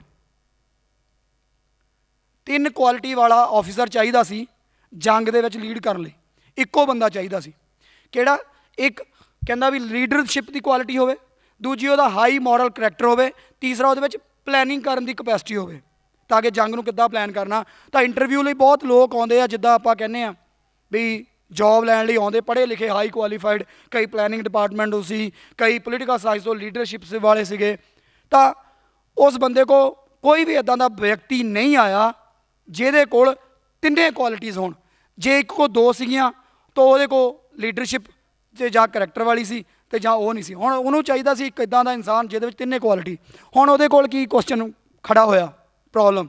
ਮੈਂ ਸਟੋਰੀ ਨਾਲ ਸਮਝਾਊਂਗਾ, ਕੋਈ ਗੱਲ ਤੁਹਾਨੂੰ ਮੋਰਲ ਆਪਣੇ ਆਪ ਪਤਾ ਲੱਗ ਜਾਣਾ ਵੀ ਹੁਣ ਉਹ ਬੰਦਾ ਕਿਹਨੂੰ ਚੂਜ਼ ਕਰੇ, ਹਾਈ ਮੋਰਲ ਕਰੈਕਟਰ ਨੂੰ ਜਾਂ ਉਹਨੂੰ ਪਲੈਨਿੰਗ, ਕਿਉਂਕਿ ਯੁੱਧ ਦਾ ਸਮਾਂ ਸੀ, ਅਤੇ ਜਾਂ ਉਹ ਜਿਹੜਾ ਲੀਡਰਸ਼ਿਪ ਵਾਲੀ ਕੁਆਲਿਟੀ ਨੂੰ, ਕਿਉਂਕਿ ਕਮਾਂਡ ਦੇਣੀ ਲੀਡਰਸ਼ਿਪ ਕੁਆਲਿਟੀ ਤੋਂ ਬਿਨਾਂ ਕਮਾਂਡ ਨਹੀਂ ਦਿੱਤੀ ਜਾ ਸਕਦੀ, ਪਲੈਨਿੰਗ ਤੋਂ ਬਿਨਾਂ ਜੰਗ ਜਿੱਤੀ ਨਹੀਂ ਜਾ ਸਕਦੀ, ਤੇ ਕਰੈਕਟਰ ਵੀ ਬਹੁਤ ਜ਼ਰੂਰੀ ਆ। ਹੁਣ ਮੈਨੂੰ ਤੁਸੀਂ ਦੱਸ ਦਿਓ ਵੀ ਉਹਨਾਂ ਤਿੰਨਾਂ ਕੁਆਲਿਟੀ 'ਚੋਂ ਕਿਹੜੇ ਇੱਕ ਨੂੰ ਚੂਜ਼ ਕਰ ਸਕਦਾ ਸੀ? ਤੋ ਇੱਕੋ ਕੁਆਲਿਟੀ ਬੰਦੇ ਨਾਲ ਆਉਂਦੀ ਸੀ, ਉਹ ਕਿਹਨੂੰ ਚੂਜ਼ ਕਰੇਗਾ? ਜਵਾਬ ਦਿਓ ਜੀ, ਕਿਸੇ ਕੋ ਹੈਗਾ ਤਾਂ। Yes, high moral character. Y it so? ਕਿਉਂਕਿ ਉਹ ਕਹਿੰਦਾ ਪਲੈਨਿੰਗ ਬਣਾਉਣੀ ਕਿਸੇ ਨੂੰ ਦੱਸੀ ਜਾ ਸਕਦੀ ਆ, ਮਹੀਨੇ 'ਚ ਸਿਖਾਈ ਜਾ ਸਕਦੀ, 2 ਸਾਲ 'ਚ ਸਿਖਾਈ ਜਾ ਸਕਦੀ ਆ। ਤੁਸੀਂ ਲੀਡਰਸ਼ਿਪ ਕੁਆਲਿਟੀ ਪੈਦਾ ਕੀਤੀ ਜਾ ਸਕਦੀ ਆ, ਪਰ ਕਿਸੇ ਦਾ 1 ਸਾਲ 2 ਸਾਲ 'ਚ ਕਰੈਕਟਰ ਬਦਲਿਆ ਨਹੀਂ ਜਾ ਸਕਦਾ। ਕਰੈਕਟਰ ਕੀ ਆ? ਤੁਹਾਡਾ ਜਨਮ ਤੋਂ ਲੈ ਕੇ ਮਰਨ ਤੱਕ ਰੋਜ਼ ਦਾ ਆਚਰਣ। ਮੇਰਾ ਜਿਹੜਾ ਅੱਜ ਕਰੈਕਟਰ ਤੁਹਾਡੇ ਸਾਹਮਣੇ ਖੜਾ ਆ, ਇਹ ਇੱਕ ਦਿਨ ਦੇ ਵਿੱਚ ਨਹੀਂ ਤੁਸੀਂ ਮੈਨੂੰ ਬਦਲ ਸਕਦੇ, ਕਿਉਂਕਿ ਐਵੇਂ ਨਹੀਂ ਕਿ ਵਾਰਿਸ਼ਾਂ ਨੇ, ਵਾਰਿਸ਼ਾਂ ਆਦਤਾਂ ਜਾਂਦੀਆਂ ਨੇ, ਭਾਵੇਂ ਕੱਟੀਏ ਪੋਰੀਆਂ ਪੋਰੀਆਂ ਜੀ। ਉਹ ਆ ਕਰੈਕਟਰ, ਜਿੱਦਾਂ ਦੇ ਤੁਸੀਂ ਕਿਰਦਾਰ ਦੇ ਹੋ। ਜੇ ਤੁਸੀਂ ਇਮਾਨਦਾਰ ਹੋ, ਤੁਹਾਨੂੰ ਇੱਕ ਦਿਨ 'ਚ ਕੋਈ ਰਾਤੋਂ ਰਾਤ ਬੇਈਮਾਨ ਨਹੀਂ ਬਣਾ ਸਕਦਾ, ਅਤੇ ਜੇ ਤੁਸੀਂ ਬੇਈਮਾਨ ਹੋ ਤਾਂ ਰਾਤੋਂ ਰਾਤ ਤੁਹਾਨੂੰ ਕੋਈ ਬੂਟੀ ਦੇ ਕੇ ਇਮਾਨਦਾਰ ਨਹੀਂ ਬਣਾ ਸਕਦਾ। High moral character. ਇਸ ਲਈ ਇੱਥੋਂ ਤੁਹਾਨੂੰ ਸਮਝ ਲੱਗਦੀ ਆ ਵੀ ਬਾਬਾ ਸਾਹਿਬ ਸਾਡੇ ਕਰੈਕਟਰ 'ਤੇ ਕਿਉਂ ਸਾਨੂੰ ਹਮੇਸ਼ਾ ਜ਼ੋਰ ਦਿੰਦੇ ਰਹੇ ਸਮਾਜ ਨੂੰ। ਅਸੀਂ ਅੱਜ ਹਮੇਸ਼ਾ ਹੀ ਦੇਖਦੇ ਹਾਂ ਵੀ ਸਾਡੇ ਕੋਲ ਕਰੈਕਟਰ ਹੀ ਨਹੀਂ ਹੈਗਾ। ਅਸੀਂ ਹਮੇਸ਼ਾ ਫੇਸਬੁੱਕ 'ਤੇ ਜਾਂ ਵਟਸਐਪ 'ਤੇ ਆਪਣਾ ਸਟੇਟਸ ਅਪਡੇਟ ਕਰਦੇ। ਮੈਂ ਹਮੇਸ਼ਾ ਪੁੱਛਦਾ, ਵਾਟ ਯੂਅਰ ਸਟੇਟਸ? ਤੁਸੀਂ ਮੈਨੂੰ ਦੱਸੋ ਤੁਹਾਡਾ ਸਟੇਟਸ ਹੈ ਕੀ ਜਿਹੜਾ ਤੁਸੀਂ ਅਪਡੇਟ ਕਰ ਰਹੇ ਹੋ? ਸਾਡਾ ਤਾਂ ਸਟੇਟਸ ਹੀ ਕੋਈ ਨਹੀਂ। ਅਸੀਂ ਸਟੇਜਾਂ 'ਤੇ, ਅਸੀਂ ਤਾਂ ਉਸ ਕਰੈਕਟਰ ਦੇ ਹਾਂ, ਸਟੇਜਾਂ 'ਤੇ ਜਾ ਕੇ ਸਾਰਿਆਂ ਨੂੰ ਭੈਣ ਜੀ ਅਤੇ ਘਰ ਜਾ ਕੇ ਮਾਂ ਭੈਣ ਕਰਨ ਵਾਲੇ। ਅਸੀਂ ਤਾਂ ਉਸ ਕਰੈਕਟਰ ਦੇ ਹਾਂ, ਡਬਲ ਫੇਸਡ ਬੰਦੇ ਹਾਂ, ਜਿਨ੍ਹਾਂ ਦਾ ਕਰੈਕਟਰ ਇੱਕ ਨਹੀਂ ਹੋ ਸਕਿਆ ਅਤੇ ਉਹਨਾਂ ਨੇ ਸਟੇਟਸ ਕੀ ਮੇਨਟੇਨ ਕਰਨਾ। ਇਹ ਸਾਰੀਆਂ ਗੱਲਾਂ ਸਾਨੂੰ ਬਾਬਾ ਸਾਹਿਬ ਦੀਆਂ ਲਿਖਤਾਂ ਤੋਂ, ਸਾਡੇ ਬਹੁਜਨ ਮਹਾਂਪੁਰਸ਼ਾਂ ਦੇ ਸੰਘਰਸ਼ ਤੋਂ ਮਿਲਦੀਆਂ। ਜਦ ਤੱਕ ਬੱਚਿਆਂ ਨੂੰ, ਜਦੋਂ ਬੇਟੀ ਨੇ ਕਿਹਾ ਵੀ ਸਾਨੂੰ ਆਪਣੇ ਮਹਾਂਪੁਰਸ਼ਾਂ ਬਾਰੇ ਦੱਸਣਾ ਬਹੁਤ ਜ਼ਰੂਰੀ ਆ, ਕਿਉਂਕਿ ਜੰਗ ਨਹੀਂ ਹੋਣੀ। ਕਿਉਂਕਿ ਸਾਡੇ 'ਚ ਅੱਜ ਵੀ ਜੇ ਸਾਡੇ ਥੋੜ੍ਹੇ ਬੰਦੇ ਪੜ੍ਹ ਗਏ, ਉਹ ਸਮਝਦੇ ਸਾਡੇ ਤੋਂ ਛੋਟੇ ਆ। ਅਸੀਂ ਕਹਿੰਦੇ ਹਾਂ ਰਿਜ਼ਰਵੇਸ਼ਨ ਵਿਦਨ ਰਿਜ਼ਰਵੇਸ਼ਨ, ਅਤੇ ਇੱਥੇ ਮੈਂ ਕਹਿੰਦਾ discrimination within discrimination is there, ਜਿਹਦੀ ਅਸੀਂ ਕਦੀ ਆਵਾਜ਼ ਨਹੀਂ ਚੱਕ ਰਹੇ। ਬਾਬਾ ਸਾਹਿਬ ਇਹੀ ਚੀਜ਼ਾਂ ਸਾਨੂੰ ਸਮਝਾਉਂਦੇ ਸੀ। ਉਹ ਬੁੱਧਿਜ਼ਮ ਦਾ ਰਾਸਤਾ ਕਿਉਂ ਦੇ ਕੇ ਗਏ? ਕਿਉਂਕਿ ਬੁੱਧਿਜ਼ਮ 'ਚ ਜਾਤ ਖਤਮ ਹੋ ਜਾਂਦੀ ਹੈ। ਬਾਬਾ ਸਾਹਿਬ ਨੇ ਇਹ ਵੀ ਨਹੀਂ ਕਿਹਾ ਵੀ ਸਿੱਖਿਜ਼ਮ 'ਚ ਜਾਓ, ਪਰ ਸਿੱਖਿਜ਼ਮ 'ਚ ਵੀ ਅੱਜ ਕੀ ਹੋ ਗਿਆ? ਮੈਂ ਮਾਫੀ ਚਾਹੁੰਦਾ ਹਾਂ। ਆਹ ਮਜ਼੍ਹਬੀ ਸਿੱਖ, ਆਹ ਰਮਦਾਸੀਆ ਸਿੱਖ, ਆਹ ਰਵਦਾਸੀਆ ਸਿੱਖ, ਆਹ ਤਰਖਾਣ ਸਿੱਖ, ਆਹ ਫਲਾਨਾ ਸਿੱਖ। ਜੇ ਜਾਤ ਹੀ ਰਹਿਣੀ ਆ, ਫਿਰ ਮੈਂ ਸਿੱਖ ਹੀ ਕਿਉਂ ਬਣਨਾ ਸੀ? ਕਿਉਂਕਿ ਗੁਰੂ ਸਾਹਿਬ ਨੇ ਤਾਂ ਜਾਤ ਪਾਤ ਖਤਮ ਕੀਤੀ ਸੀ। ਅਸੀਂ ਆਪਣੀਆਂ ਜਿਹੜੇ ਸਰਨੇਮ ਦੇ ਪਿੱਛੇ ਆਪਣੀਆਂ ਜਾਤਾਂ ਨੂੰ ਪ੍ਰਾਊਡ ਟੂ ਵੀ ਲਿਖਣ ਲੱਗ ਪਏ। ਅਤੇ ਇਹ ਬਾਬਾ ਸਾਹਿਬ ਨੇ ਆਪਣੇ ਭਾਸ਼ਣਾਂ ਦੇ ਵਿੱਚ ਕਿਹਾ, ਇਹ ਐਂਟੀ ਨੈਸ਼ਨਲ ਫੈਕਟਰਸ ਨੇ ਜਿਹੜੇ ਸਾਡੀ ਨੇਸ਼ਨ ਨੂੰ ਇੱਕ ਨੇਸ਼ਨ ਨਹੀਂ ਬਣਨ ਦੇਣਗੇ। ਕਿਉਂਕਿ ਅੱਜ ਤੁਹਾਨੂੰ ਲੱਗਦਾ ਵੀ 35-40 ਸਟੇਟਾਂ ਆ ਜਿਹੜੀਆਂ ਭਾਰਤ ਦੇ ਵਿੱਚ ਆ, ਭੁਲੇਖਾ ਕੱਢ ਦਿਓ। ਬਾਬਾ ਸਾਹਿਬ ਦਾ ਸਟੇਟ ਐਂਡ ਮਾਈਨੋਰਿਟੀਜ਼ ਪੜ੍ਹੋਗੇ ਤਾਂ ਤੁਹਾਨੂੰ ਪਤਾ ਲੱਗਣਾ ਉੱਥੇ 500 ਤੋਂ ਵੱਧ ਰਿਆਸਤਾਂ ਸੀਗੀਆਂ ਭਾਰਤ ਦੇ ਵਿੱਚ ਜਿਹੜੀਆਂ ਯੂਨਾਈਟ ਕੀਤੀਆਂ, 500 ਤੋਂ ਵੱਧ। ਅਤੇ ਮੈਂ ਬਾਰ-ਬਾਰ ਕਹਿ ਰਿਹਾ, ਜਦੋਂ ਬਾਬਾ ਸਾਹਿਬ ਗੋਲਮੇਜ਼ ਕਾਨਫਰੰਸਾਂ 'ਚੋਂ ਸਾਡੇ ਲਈ ਕਮਿਊਨਲ ਅਵਾਰਡ ਲੈ ਕੇ ਆਉਂਦੇ, ਹੁਣ ਬਹੁਤੇ ਲੋਕਾਂ ਨੂੰ ਕਮਿਊਨਲ ਅਵਾਰਡ ਹੀ ਨਹੀਂ ਪਤਾ ਹੋਣਾ। ਕਿਉਂਕਿ ਸਾਨੂੰ ਪਤਾ ਹੀ ਨਹੀਂ ਕਮਿਊਨਲ ਅਵਾਰਡ ਕੀ ਸੀ। ਕਮਿਊਨਲ ਅਵਾਰਡ ਦੇ ਵਿੱਚ ਡਿਊਲ ਵੋਟਿੰਗ ਦਿੱਤੀ ਗਈ, ਉਹ ਵੀ ਬਾਬਾ ਸਾਹਿਬ ਨੇ ਕਿੰਨੀ ਮਿਹਨਤ ਅਤੇ ਮੁਸ਼ੱਕਤ ਦੇ ਨਾਲ ਲਈ। ਉਹ ਮੈਂ ਤੁਹਾਨੂੰ ਪਹਿਲਾਂ ਕਿਹਾ ਵੀ ਤੁਸੀਂ ਮਹਾੜ ਤਲਾਅ ਦਾ ਸੰਘਰਸ਼, ਕਾਲਾ ਰਾਮ ਮੰਦਰ ਸੰਘਰਸ਼, ਬਾਬਾ ਸਾਹਿਬ ਦੇ ਜਿੰਨੇ ਵੀ ਸੰਘਰਸ਼ ਦਾ ਨਿਚੋੜ ਜਦੋਂ ਉਹਨਾਂ ਨੇ ਉੱਥੇ ਕੱਢਿਆ। ਬਾਬਾ ਸਾਹਿਬ, ਮੈਂ ਹਮੇਸ਼ਾ ਹੀ ਬਾਬਾ ਸਾਹਿਬ ਦੀ ਜਿਹੜੀ ਲੜਾਈ ਆ, ਜੇ ਤੁਸੀਂ ਮੈਨੂੰ ਇੱਕ ਗੱਲ 'ਚ ਪੁੱਛੋ ਵੀ ਬਾਬਾ ਸਾਹਿਬ ਕੀ ਚਾਹੁੰਦੇ ਸੀ, ਬਾਬਾ ਸਾਹਿਬ ਚਾਹੁੰਦੇ ਸੀ ਵੀ ਸਾਡੇ ਬਹੁਜਨ ਸਮਾਜ ਦੀ ਸੈਪਰੇਟ ਸੋਸ਼ਲ ਆਈਡੈਂਟੀਟੀ ਸਥਾਪਿਤ ਹੋ ਜਾਵੇ। ਉਹ ਕੀ ਚਾਹੁੰਦੇ ਸੀ ਵੀ ਇਹ ਕਲੀਅਰ ਹੋ ਜਾਵੇ, ਸਾਡੇ ਲੋਕਾਂ ਨੂੰ ਅਹਿਸਾਸ ਹੋ ਜਾਵੇ ਵੀ ਅਸੀਂ ਹਿੰਦੂ ਨਹੀਂ ਹੈਗੇ। ਕਰ ਦਿਓ ਵੀ ਜਿਹੜਾ ਕਹਿੰਦਾ ਮੈਂ ਪੂਰਾ ਪੜ੍ਹਿਆ, ਮੈਂ ਵੀ ਦੱਸ ਦਿੰਦਾ ਮੈਂ ਨਹੀਂ ਸੀ ਪੜ੍ਹਿਆ, ਮੈਂ ਇਹ ਦੱਸ ਦਿੰਦਾ, ਮੈਂ ਵੀ ਕਹਿ ਦਿੰਦਾ, ਕਿਉਂਕਿ ਆਪਣੀ ਗਲਤੀ ਨੂੰ ਐਡਮਿਟ ਕਰਨਾ ਚੰਗਾ ਆ ਲੁਕਾਉਣ ਨਾਲੋਂ, ਕਿਉਂਕਿ ਅਸੀਂ ਸੁਧਾਰਨ ਦੀ ਕੋਸ਼ਿਸ਼ ਕਰਾਂਗੇ ਜਦੋਂ ਅਸੀਂ ਆਪਣੀ ਗਲਤੀ ਨਹੀਂ ਮੰਨ। ਮੈਂ ਹੁਣ ਇਹ ਕਿਉਂ ਕਹਿਣ ਲੱਗਾ? ਕਿਉਂਕਿ ਅਸੀਂ ਅੱਜ ਗੱਲ ਹਿੱਕ ਠੋਕ ਕੇ ਕਹਿੰਦੇ ਹਾਂ ਅਸੀਂ ਭਾਰਤ ਦੇ ਸੰਵਿਧਾਨ ਨੂੰ ਮੰਨਣ ਵਾਲੇ ਲੋਕ ਹਾਂ, ਪਰ ਕੀ ਤੁਹਾਨੂੰ ਪਤਾ ਵੀ ਭਾਰਤ ਦੇ ਸੰਵਿਧਾਨ 'ਚ ਬਹੁਤ ਸਾਰੀਆਂ ਇੱਦਾਂ ਦੀਆਂ ਚੀਜ਼ਾਂ ਆ ਜਿਹੜੀਆਂ ਬਾਬਾ ਸਾਹਿਬ ਨਹੀਂ ਪਾਉਣਾ ਚਾਹੁੰਦੇ ਸੀ, ਜਾਂ ਬਾਬਾ ਸਾਹਿਬ ਦੀ ਵਿਚਾਰਧਾਰਾ ਦੇ ਹੱਕ 'ਚ ਹੀ ਨਹੀਂ ਹੈਗੀਆਂ, ਜਾਂ ਬਾਅਦ ਵਿੱਚ ਪਾ ਦਿੱਤੀਆਂ ਗਈਆਂ? ਕੀ ਅਸੀਂ ਆਪਣੇ ਬੱਚਿਆਂ ਨੂੰ ਦੱਸਿਆ ਵੀ ਆਹ ਜਿਹੜਾ ਆਰਟੀਕਲ ਆ ਇਹ ਬਾਬਾ ਸਾਹਿਬ ਦੀ ਵਿਚਾਰਧਾਰਾ ਦੇ ਖਿਲਾਫ ਆ? ਬੇਟਾ, ਇਹ ਸੰਵਿਧਾਨ ਦੇ ਸਿਰ ਦੋਸ਼ ਨਾ ਦਿਓ, ਇਹ ਜਿਹੜੀ ਸਰਕਾਰ ਨੇ ਅਮੈਂਡਮੈਂਟ ਕੀਤੀ ਉਹਦਾ ਗਲ ਫੜੋ। ਜਦੋਂ ਅੱਜ ਕਿਸਾਨਾਂ ਨਾਲ ਧੱਕਾ ਹੋ ਗਿਆ ਤਾਂ ਉਹ ਸੰਵਿਧਾਨ ਨੂੰ ਦੋਸ਼ ਦੇਣ ਲੱਗ ਗਏ। ਕਾਂਗਰਸ ਨੂੰ ਦੋਸ਼ ਦੇਣ ਦੀ ਬਜਾਏ। ਜਦੋਂ ਸਾਡੇ ਨਾਲ ਧੱਕਾ ਹੁੰਦਾ ਅਸੀਂ ਉਹ ਆਟਾ ਦਾਲ ਲੈ ਕੇ ਬੜੇ ਖੁਸ਼ ਹੋਏ। ਹਮੇਸ਼ਾ ਇਹ ਗੱਲ ਯਾਦ ਰੱਖੋ, ਮੁਫਤ ਦੀਆਂ ਚੀਜ਼ਾਂ ਦੀ ਤੁਹਾਨੂੰ ਬਹੁਤ ਭਾਰੀ ਕੀਮਤ ਅਦਾ ਕਰਨੀ ਪਏਗੀ, ਕਿਉਂਕਿ ਇੱਥੇ ਸਮਾਜ ਦੇ ਵਿੱਚ ਮੁਫਤ ਕੁਝ ਨਹੀਂ ਮਿਲਦਾ। ਜੇ ਤੁਹਾਨੂੰ ਜੀਓ ਦਿੱਤਾ ਤਾਂ ਮੈਂ ਤੁਹਾਨੂੰ ਇਹ ਵੀ ਦੱਸਣਾ ਚਾਹੁੰਦਾ, ਸਾਈਬਰ ਕ੍ਰਾਈਮ ਦਾ ਡਾਟਾ ਕੱਢ ਕੇ ਦੇਖੋ, ਸਭ ਤੋਂ ਵੱਧ ਫਰਾਡ ਹੋਏ ਆ ਸ਼ਡਿਊਲ ਕਾਸਟ ਦੇ ਨਾਲ। ਜਿਹੜੀ ਜੀਓ ਦੀ ਗੱਲ ਕਰਦੇ ਨਾ, ਅਸੀਂ ਆਨਲਾਈਨ ਮੋਬਾਈਲ ਨੈਟ ਬੈਂਕਿੰਗ ਦੀ ਗੱਲ ਕਰਦੇ ਹਾਂ, 37% ਕ੍ਰਾਈਮ, ਸਾਈਬਰ ਕ੍ਰਾਈਮ ਜਿਹਦੇ ਵਿੱਚ ਫਾਈਨੈਂਸ਼ੀਅਲ ਫਰਾਡ ਹੋਏ ਆ। ਉਹ ਕਿਹਾ ਸੀਗਾ ਨਾ, ਵਿਦਿਆ ਬਿਨਾ ਜਿਹੜੀ ਗਤੀ ਗਈ, ਵਿਦਿਆ ਬਿਨਾ ਮੱਤ ਗਈ, ਮੱਤ ਬਿਨਾ ਗਤੀ ਵਿੱਤ ਗਿਆ, ਸ਼ੂਦਰ ਫਿਰ ਹਤਾਸ਼ ਹੋਏ। ਜਿਹੜੀ ਤੁਸੀਂ ਕਿਹਾ ਸੀ ਫੁੱਲੇ ਸਾਹਿਬ ਦੀ ਕੋਟੇਸ਼ਨ ਬੋਲੀ, ਉਹ ਇੱਥੇ ਤਾਂ ਤੁਹਾਨੂੰ ਪਤਾ ਲੱਗਦਾ ਵੀ ਅੱਜ ਵੀ ਅਨਐਜੂਕੇਸ਼ਨ। ਅਸੀਂ ਸੋਚਦੇ ਹਾਂ ਅਸੀਂ ਪੜ੍ਹ ਗਏ ਹਾਂ, ਸਾਨੂੰ ਮੋਬਾਈਲ ਚਲਾਉਣਾ, ਸਾਡੇ ਕਿੰਨੇ ਫਰਾਡ ਹੋ ਰਹੇ, ਕਿੰਨੇ ਕ੍ਰੈਡਿਟ ਕਾਰਡ। ਅਤੇ ਇਹਦੇ ਵਿੱਚ ਸਭ ਤੋਂ ਵੱਧ ਫਰਾਡ ਕਿਹਨਾਂ ਦੇ ਖਿਲਾਫ ਹੋਏ? ਸ਼ਡਿਊਲ ਕਾਸਟ ਦੇ ਖਿਲਾਫ 37%। ਪਿਛਲੇ 4 ਸਾਲਾਂ 'ਚ ਸਭ ਤੋਂ ਵੱਧ ਬੀਜੇਪੀ ਦੀ ਸੈਂਟਰ ਗੌਰਮੈਂਟ ਆ, ਅਤੇ ਬਹੁਤ ਸਾਰੀਆਂ ਸਟੇਟਾਂ 'ਚ ਬੀਜੇਪੀ ਦੀ ਸਰਕਾਰ ਆ। ਸਭ ਤੋਂ ਵੱਧ ਕ੍ਰਾਈਮ ਵੀ ਪਿਛਲੇ 4 ਸਾਲਾਂ 'ਚ ਵਧੇ ਆ, ਪਰ ਅਸੀਂ ਕਿੱਥੇ ਮੁਤਾਕਿਬ ਹੋ ਕੇ ਬੈਠੇ ਹਾਂ। ਅਸੀਂ ਸੋਚਦੇ ਹਾਂ ਵੀ ਇੱਕ ਦਿਨ ਬਾਬਾ ਸਾਹਿਬ ਨੂੰ ਯਾਦ ਕਰ ਲਿਆ, ਇੱਕ ਦਿਨ ਬਾਬਾ ਸਾਹਿਬ ਦੀ ਫੋਟੋ 'ਤੇ ਹਾਰ ਚੜਾ ਲਿਆ, ਸਾਡਾ ਮਿਸ਼ਨ ਸਕਸੈਸਫੁਲ, ਅਸੀਂ ਬਹੁਤ ਵੱਡੇ ਮਿਸ਼ਨਰੀ ਬਣ ਗਏ। ਆਪਣੇ ਆਪ ਨੂੰ ਮਿਸ਼ਨਰੀ ਕਹਿਣ ਤੋਂ ਪਹਿਲਾਂ ਮਿਸ਼ਨਰੀ ਦੀ ਪਰਿਭਾਸ਼ਾ ਦਿਓ। ਮੈਂ ਬਹੁਤਿਆਂ ਨੂੰ ਪੁੱਛਦਾ ਹੁੰਦਾ, ਹਰ ਕੋਈ ਗਾਇਕ ਆਉਂਦਾ ਆ, ਇਹ ਮਿਸ਼ਨਰੀ ਸਿੰਗਰ ਆ ਜੀ। ਜਿਹੜਾ 2 ਟਾਈਮ ਜਗਰਾਤੇ ਕਰਦਾ ਉਹ ਮਿਸ਼ਨਰੀ ਸਿੰਗਰ ਆ। ਜਦੋਂ ਇੱਕ ਸ਼ਬਦ ਇੱਕ ਗੁਰੂ ਰਵਿਦਾਸ ਮਹਾਰਾਜ ਦਾ ਗਾ ਲਵੇ ਜਾਂ ਉਹ ਭਗਵਾਨ ਵਾਲਮੀਕ ਦਾ ਗਾ ਲਵੇ ਤਾਂ ਉਹ ਬਹੁਤ ਵੱਡਾ ਮਿਸ਼ਨਰੀ ਬਣ ਜਾਂਦਾ। ਜੇ ਮੇਰੇ ਵਰਗਾ ਉੱਠ ਕੇ ਅੱਜ ਇੱਥੇ ਬਹੁਤ ਸਾਰੀਆਂ ਗੱਲਾਂ ਕਰ ਗਿਆ, ਤੁਹਾਡੇ ਲਈ ਕੱਲ੍ਹ ਨੂੰ ਮੈਂ ਮਿਸ਼ਨਰੀ ਬਣ ਜਾਣਾ? ਨੋ। ਫਿਰ ਮੈਂ ਕਹਿ ਰਿਹਾ, ਜਿਹੜਾ ਪੈਰਾਮੀਟਰ ਬਾਬਾ ਸਾਹਿਬ ਨੇ ਦਿੱਤਾ ਵੀ ਕੀ ਅਸੀਂ ਡਬਲ ਫੇਸ ਤੇ ਨਹੀਂ ਹੈਗੇ? ਮਿਸ਼ਨਰੀ ਹੋਣਾ ਵੀ ਉਹਦੇ ਕਰੈਕਟਰ ਤੋਂ ਲੱਭੋ, ਉਹਦੇ ਕਰਮਾਂ ਤੋਂ ਲੱਭੋ, ਉਹਦੇ ਕਿਹੜੇ ਕਿੱਦਾਂ ਦੇ ਐਕਟ ਕਰਦਾ ਪਿਆ, ਕੀ ਉਹ ਜੋ ਕਹਿੰਦਾ ਆ ਉਹ ਕਰਦਾ ਆ, ਕੀ ਉਹ ਡਬਲ ਫੇਸ ਤੇ ਨਹੀਂ ਹੈਗਾ। ਵੀ ਸਟੇਜਾਂ 'ਤੇ ਤਾਂ ਮੈਂ ਤੁਹਾਨੂੰ ਪਹਿਲਾਂ ਹੀ ਕਿਹਾ, ਸਟੇਜਾਂ 'ਤੇ ਤਾਂ ਤੁਸੀਂ ਕਿਸੇ ਨੂੰ ਵੀ ਅੱਜ ਖੜਾ ਕਰ ਲਓ, ਜਿਹੜਾ ਘਰ ਜਾ ਕੇ ਭਾਵੇਂ ਬਾਬਾ ਸਾਹਿਬ ਨੂੰ ਗਾਲਾਂ ਹੀ ਕੱਢਦਾ ਹੋਵੇ, ਉਹ ਵੀ ਨਹੀਂ ਇੰਨਿਆਂ ਸਾਹਮਣੇ ਹਿੰਮਤ ਰੱਖੇਗਾ ਬਾਬਾ ਸਾਹਿਬ ਨੂੰ ਗਾਲ ਕੱਢ ਕੇ ਗੱਲ ਕਰ। ਉਹਨੂੰ ਪਤਾ SC ST ਪਰਚਾ ਦਰਜ ਹੋ ਜਾਣਾ ਮੇਰੇ 'ਤੇ। ਕਿਉਂ? ਜੱਜਾਂ ਨੇ ਪਿੱਛੇ ਜੇ ਆਰਡਰ ਦਿੱਤਾ ਵੀ ਘਰ ਦੇ ਵਿੱਚ ਜਾਂ ਫੋਨ 'ਤੇ ਤੁਹਾਡੀ ਜੇ ਕੋਈ ਧਰਮ ਜਾਤੀ ਸੂਚਕ ਸ਼ਬਦ ਬੋਲਦੇ ਆ ਤਾਂ ਉੱਤੇ ਪਰਚਾ ਦਰਜ ਨਹੀਂ ਹੋਏਗਾ ਜੀ। ਮਤਲਬ ਤੁਹਾਡੇ ਘਰ 'ਚ ਆ ਕੇ ਤੁਹਾਨੂੰ ਉੱਚੀ ਜਾਤ ਦਾ, ਤੁਹਾਡੀ ਜਾਤ ਤੋਂ ਲੈ ਕੇ ਤੁਹਾਨੂੰ ਹਰਾਸ ਕਰ ਸਕਦਾ, ਅਤੇ ਉਹ ਸੁਪਰੀਮ ਕੋਰਟ ਕਹਿੰਦੀ ਉੱਤੇ ਜਿਹੜਾ SC ST ਐਕਟ, ਐਟਰੋਸਿਟੀ ਐਕਟ ਨਹੀਂ ਲੱਗੇਗਾ। ਫਿਰ ਐਕਟ ਬਣਾਇਆ ਕਾਹਦੇ ਲਈ ਆ? ਮਤਲਬ ਮੇਰੇ ਘਰ ਆ ਕੇ ਮੇਰੇ ਜੁੱਤੀਆਂ ਮਾਰ ਲਓ, ਮੈਨੂੰ ਕਹੋ ਉਹ ਚਮਾਰਾ, ਉਹ ਚੂੜਿਆ, ਜੋ ਵੀ ਮੈਨੂੰ ਬੋਲਣਾ ਬੋਲ ਕੇ ਚੱਲ ਜਾਵੇ, ਅਤੇ ਮੈਂ ਕੋਰਟ ਨੂੰ ਕਹਾਂ ਅੱਛਾ ਸੁਪਰੀਮ ਕੋਰਟ ਹੈ। ਕਿਉਂਕਿ ਬਾਬਾ ਸਾਹਿਬ ਨੇ ਵੀ ਲਿਖਿਆ ਵੀ ਜਿਹੜੀ ਇੰਟਰਪ੍ਰੀਟੇਸ਼ਨ ਆ, ਉਹ ਜਿਹੜੀਆਂ ਕੋਰਟਸ ਆ, ਉਹ ਟਾਈਮ ਅਤੇ ਸਮੇਂ ਦੇ ਨਾਲ ਬਦਲਦੀਆਂ ਰਹਿਣਗੀਆਂ, ਪਰ ਉਹਨਾਂ ਨੇ ਉਸ ਚੀਜ਼ ਨੂੰ ਇੰਨਾ ਮਿਸਯੂਜ਼ ਕਰ ਰਹੀਆਂ ਆ।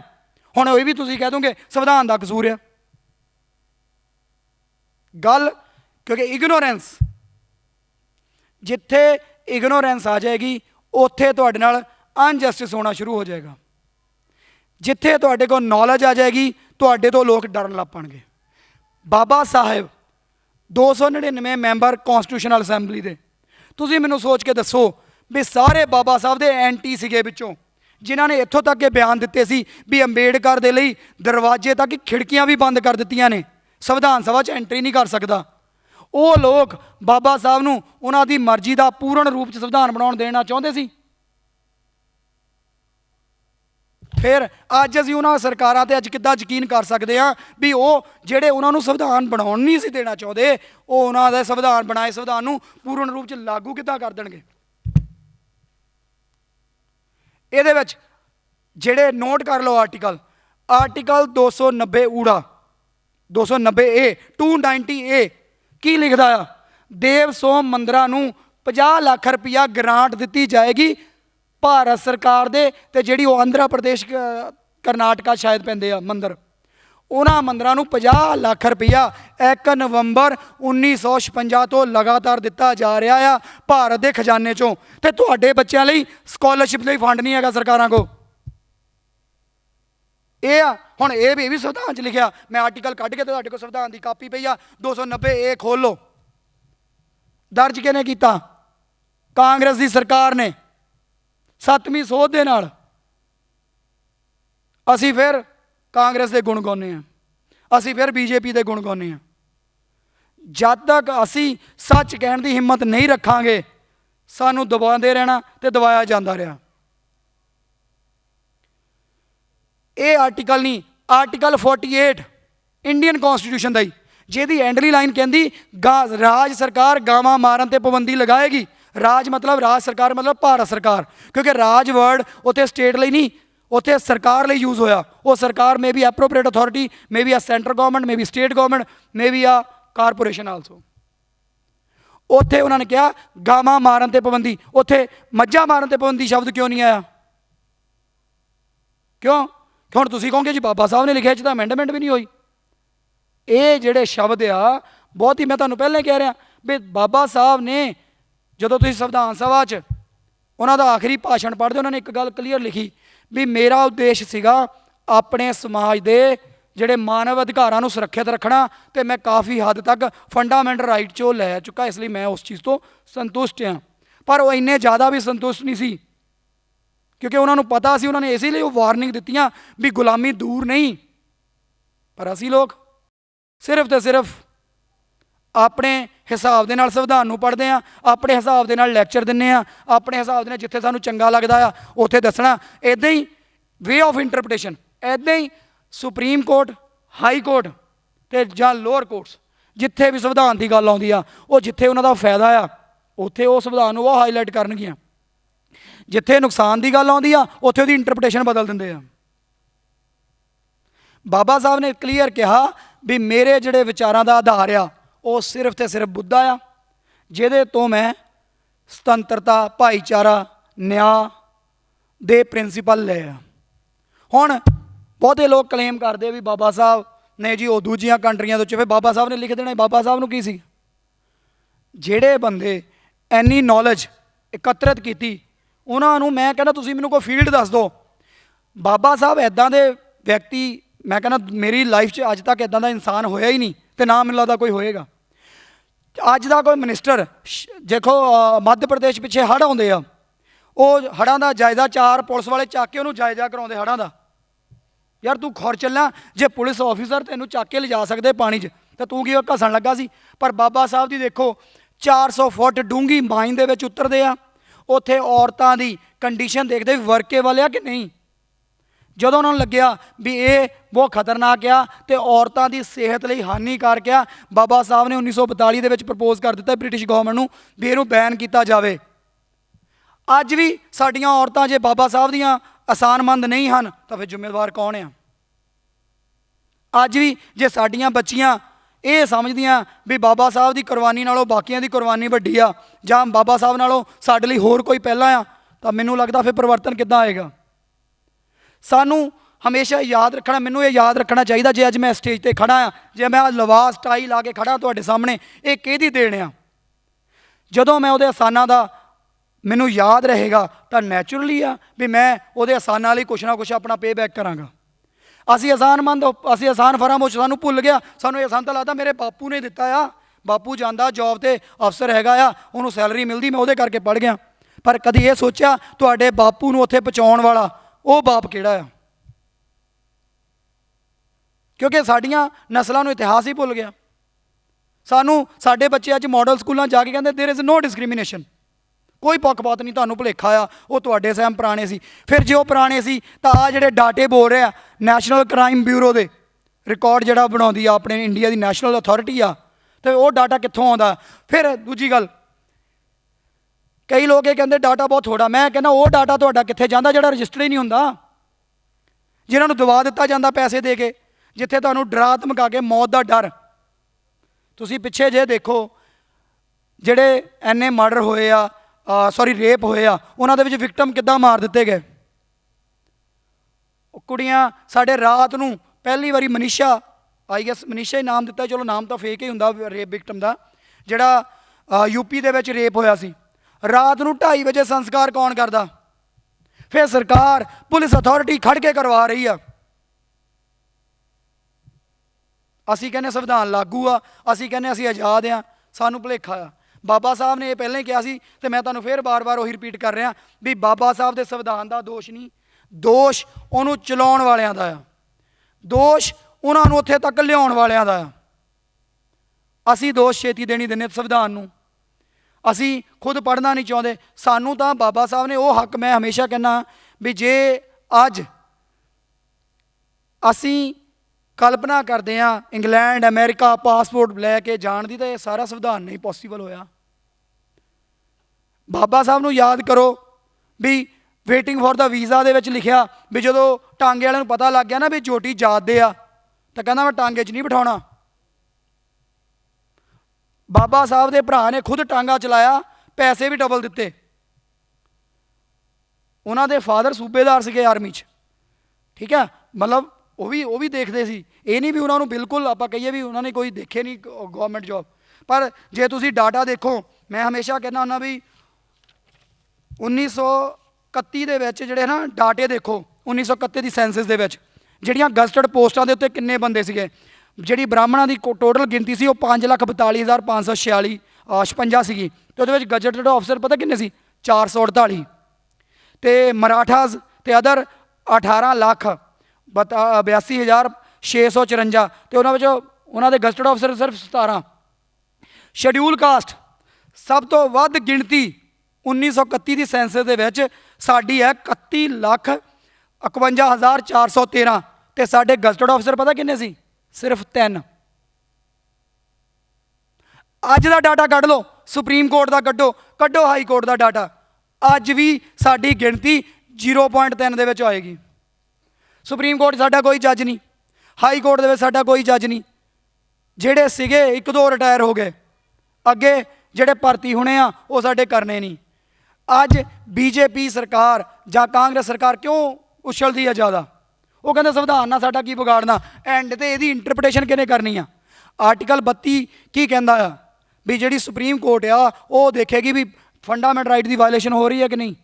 ਉਹ ਕਿਸੇ ਵੀ ਕਾਨੂੰਨ ਨੂੰ ਵਾਇਡ ਡਿਕਲੇਅਰ ਕਰੇਗੀ, ਅਤੇ ਉਹ ਕੀ ਕਹਿੰਦੀ? ਦੇਰ ਇਜ਼ ਨੋ ਵਾਇਲੇਸ਼ਨ, ਇਹ ਵੈਲਿਡ ਆ। ਜਿੱਦਾਂ ਦੀ ਮਨ ਚਾਹੀ ਉਹ ਇੰਟਰਪ੍ਰੀਟੇਸ਼ਨ ਡੇ ਬਾਏ ਡੇ ਦੇ ਰਹੀ ਆ। ਜਦ ਕਿ ਸੁਪਰੀਮ ਕੋਰਟ ਨੂੰ ਬਾਬਾ ਸਾਹਿਬ ਨੇ ਕੀ ਕਿਹਾ ਸੀ? ਵਾਚ ਡੌਗ, ਰਖਵਾਲੀ ਕਰਨ ਵਾਲਾ ਕੁੱਤਾ। ਵੀ ਜਦੋਂ ਇਹਦੇ ਘਰ 'ਚ ਹੱਕਾਂ ਦੇ ਅਧਿਕਾਰਾਂ ਦੇ ਸੰਵਿਧਾਨ ਦੇ ਘਰ 'ਚ ਚੋਰੀ ਹੋਏਗੀ ਤਾਂ ਇਹ ਭੌਂਕ ਕੇ ਉਹਨੂੰ ਵੱਢੇ। ਪਰ ਉਹ ਕਿਹਦੇ ਲਈ ਭੌਂਕਦੀ ਆ? ਜਿਹੜੇ ਉਹਨੂੰ ਰੋਟੀ ਦਾ ਟੁੱਕ ਪਾਉਂਦੇ ਆ। CS ਕਨਨ ਦੇਖੋ, ਹੁਣ ਤੁਹਾਡੇ ਸਾਹਮਣੇ ਐਟਰੋਸਿਟੀ ਦੀਆਂ ਐਗਜ਼ਾਮਪਲਾਂ। ਜੱਜ ਰਿਹਾ ਕਰਨਾਟਕਾ ਹਾਈ ਕੋਰਟ ਦਾ, ਉਹਨੇ ਹਾਈ ਕੋਰਟ ਦੇ ਸੁਪਰੀਮ ਕੋਰਟ ਦੇ ਵਕੀਲਾਂ ਜੱਜਾਂ ਦੇ ਖਿਲਾਫ ਕਿਹਾ ਵੀ ਇਹ ਰਿਸ਼ਵਤ ਖੋ ਰਿਹਾ, ਇਹ ਭ੍ਰਸ਼ਟਾਚਾਰ ਦੇ ਨਾਲ ਉੱਪਰ ਪਹੁੰਚੇ ਆ।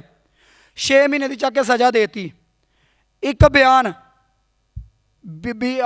ਦੂਜਾ ਦਿੰਦਾ ਆ ਵਕੀਲ, ਮੈਨੂੰ ਨਾਮ ਹੁਣ ਨਹੀਂ ਯਾਦ ਆ ਰਿਹਾ ਕੀ ਸੀਗਾ ਨਾਮ, ਪ੍ਰਸ਼ਾਂਤ ਭੂਸ਼ਣ, ਉਹਨੇ ਦਿੱਤਾ। ਉਹਨੂੰ ਕਿਹਾ ਗਿਲਟੀ ਸੁਪਰੀਮ ਕੋਰਟ ਨੇ। ਸਜ਼ਾ ਕਿੰਨੀ ਹੁੰਦੀ? 1 ਰੁਪਇਆ। ਵਾਈ ਸੋ? ਇਹ ਪੱਖਪਾਤ ਕਿਉਂ? ਕਿਉਂਕਿ ਉਹਦੇ ਲਈ ਸਰਕਾਰ ਨੇ ਕਹਿਤਾ ਵੀ ਇਹਨੂੰ ਸਜ਼ਾ ਨਾ ਦਿੱਤੀ ਜਾਵੇ। ਤੁਹਾਡਾ ਭਾਰਤ ਸਰਕਾਰ ਦਾ ਜਿਹੜਾ ਐਡਵੋਕੇਟ ਜਨਰਲ ਆ, ਇੱਕ ਕੌਂਸਟੀਟਿਊਸ਼ਨਲ ਪੋਸਟ ਆ, ਉਹ ਕਹਿੰਦਾ ਜੀ ਇਹਨੂੰ ਸਜ਼ਾ ਨਾ ਦਿੱਤੀ ਜਾਵੇ ਜ਼ਿਆਦਾ। ਇਹ ਗੱਲ CS ਕਨਨ ਦੇ ਵਿੱਚ ਭਾਰਤ ਸਰਕਾਰ ਕਿਉਂ ਨਹੀਂ ਕਹਿੰਦੀ? ਜਦ ਕਿ ਭਾਰਤ ਸਰਕਾਰ ਦੇ ਵਕੀਲ ਦਾ ਕੰਮ ਹੁੰਦਾ ਸਰਕਾਰ ਦੀ ਸਾਈਡ ਲੈਣੀ, ਉਸ ਸਰਕਾਰ ਵੱਲੋਂ ਪ੍ਰੈਜ਼ੈਂਟ ਹੋਣਾ। ਉਹ ਦੂਜੇ ਪਾਸੇ ਵੱਲੋਂ ਬੋਲ ਰਿਹਾ ਹੈ। ਕੀ ਇਹ ਸੰਵਿਧਾਨਕ ਮਰਿਆਦਾ ਆ? ਕੀ ਇਹ ਅਨਕੌਂਸਟੀਟਿਊਸ਼ਨਲ ਐਕਟ ਨਹੀਂ ਹੈਗੇ? ਪਰ ਸਾਨੂੰ ਪਤਾ ਹੀ ਨਹੀਂ, ਅਸੀਂ ਬੋਲਣਾ ਹੀ ਨਹੀਂ। ਮੈਂ ਇਹ ਨਹੀਂ ਕਹਿੰਦਾ ਤੁਸੀਂ ਜਾ ਕੇ ਧਰਨਿਆਂ 'ਚ ਬਹਿ ਜਾਓ, ਮੈਂ ਇਹ ਨਹੀਂ ਕਹਿੰਦਾ ਤੁਸੀਂ ਆਪਣੀਆਂ ਜੋਬ ਛੱਡ ਕੇ ਕਿਸੇ ਇੱਦਾਂ ਦੇ ਕੰਮ ਛੱਡ ਦਿਓ ਵੀ ਆਪਾਂ ਮਿਸ਼ਨ ਚਲਾਉਣ ਦੇ ਲਈ ਆਪਣਾ ਜਿਹੜਾ ਸਭ ਤੋਂ ਵੱਧ ਜ਼ਰੂਰੀ, ਜਿਹੜਾ ਮੈਂ ਐਂਡ 'ਤੇ ਤੁਹਾਨੂੰ ਇਹ ਕਹਿਣਾ ਚਾਹੁੰਦਾ ਹਾਂ, ਉਹ ਇਹ ਹੈ ਵੀ ਜਿਹੜੀ ਵੀ ਜਗ੍ਹਾ 'ਤੇ ਬੈਠੇ ਹੋ ਤੁਸੀਂ ਹਰ ਤਰੀਕੇ ਨਾਲ ਇਨਡਾਇਰੈਕਟਲੀ ਡਾਇਰੈਕਟਲੀ ਆਪਣੇ ਸਮਾਜ ਦਾ ਭਲਾ ਕਰੋ। ਜੇ ਮੈਂ ਪ੍ਰੋਫੈਸਰ ਹਾਂ, ਮੈਂ ਸਕਾਲਰਸ਼ਿਪ ਦੇ ਬੱਚਿਆਂ ਦਾ ਆਪਣੀ ਐਫਰਟ ਕਰ ਸਕਦਾ, ਮੈਂ ਉਹਨਾਂ ਨੂੰ ਕਿਤਾਬਾਂ ਇਸ਼ੂ ਕਰਕੇ ਐਫਰਟ ਕਰਦਾ ਹਾਂ। ਜ਼ਰੂਰੀ ਨਹੀਂ ਹੈਗਾ ਵੀ ਹਰ ਬੰਦਾ ਧਰਨੇ ਦੇ ਕੇ ਆਪਣੇ ਸਮਾਜ ਦਾ ਰੋਲ ਪਲੇ ਕਰਦਾ। ਸੋ ਸਾਡੇ ਲਈ ਜਿਹੜਾ ਟੀਚਰ ਲਈ ਸਮਾਂ ਪਤਾ ਨਹੀਂ ਲੱਗਦਾ ਕਿੰਨਾ ਹੋ ਗਿਆ ਮੈਨੂੰ, ਅਤੇ ਮੈਂ ਪਹਿਲਾਂ ਕਿਹਾ ਸੀ, ਮੈਂ ਕਿਹਾ ਮੈਨੂੰ ਇਸ਼ਾਰਾ ਹੋਇਆ ਵੀ ਟਾਈਮ ਬਹੁਤ ਜ਼ਿਆਦਾ ਹੋ ਗਿਆ। ਤੁਹਾਡਾ ਮੈਂ ਧੰਨਵਾਦ, ਤੁਸੀਂ ਮੈਨੂੰ ਇੰਨੇ ਸਬਰ ਦੇ ਨਾਲ ਸੁਣਿਆ। ਅਤੇ ਨਾਲ ਦੀ ਨਾਲ ਮੈਂ ਪੂਰੀ ਐਸੋਸੀਏਸ਼ਨ ਦਾ ਵੀ ਧੰਨਵਾਦ ਕਰਦਾ ਹਾਂ, ਪ੍ਰਧਾਨ ਸਾਹਿਬ ਦਾ, ਬਾਕੀ ਜਿਹੜੇ ਸਾਥੀਆਂ ਦਾ, ਵੀ ਜਿਹੜਾ ਇਹ ਤੁਸੀਂ ਸਹਿਯੋਗ ਕਰ ਰਹੇ ਹੋ ਵੀ ਇੱਦਾਂ ਹੀ ਇਹਨੂੰ ਕਰੋ। ਪਰ ਗੱਲ ਇਹ ਵੀ ਸਾਨੂੰ ਰਿਜ਼ਲਟ ਚਾਹੀਦੇ। ਜੇ ਆਉਣ ਵਾਲਿਆਂ ਸਾਲਾਂ ਤੱਕ ਸਾਡੇ ਕੋਲ ਰਿਜ਼ਲਟ ਤਿਆਰ ਨਾ ਹੋਏ, ਅਸੀਂ ਸਿਰਫ ਸਟੇਜਾਂ ਜੋਗੇ ਰਹਿ ਗਏ, ਤਾਂ ਸਾਡੇ ਕੋਲ ਯਾਦ ਰੱਖੋ ਸਾਡੇ ਕੋਲ ਬੋਲਣ ਲਈ ਸਟੇਜਾਂ ਵੀ ਨਹੀਂ ਬਚਣੀਆਂ। ਸੋ ਨਮੋ ਬੁੱਧਾਏ, ਜੈ ਭੀਮ, जय भारत, जय संविधान।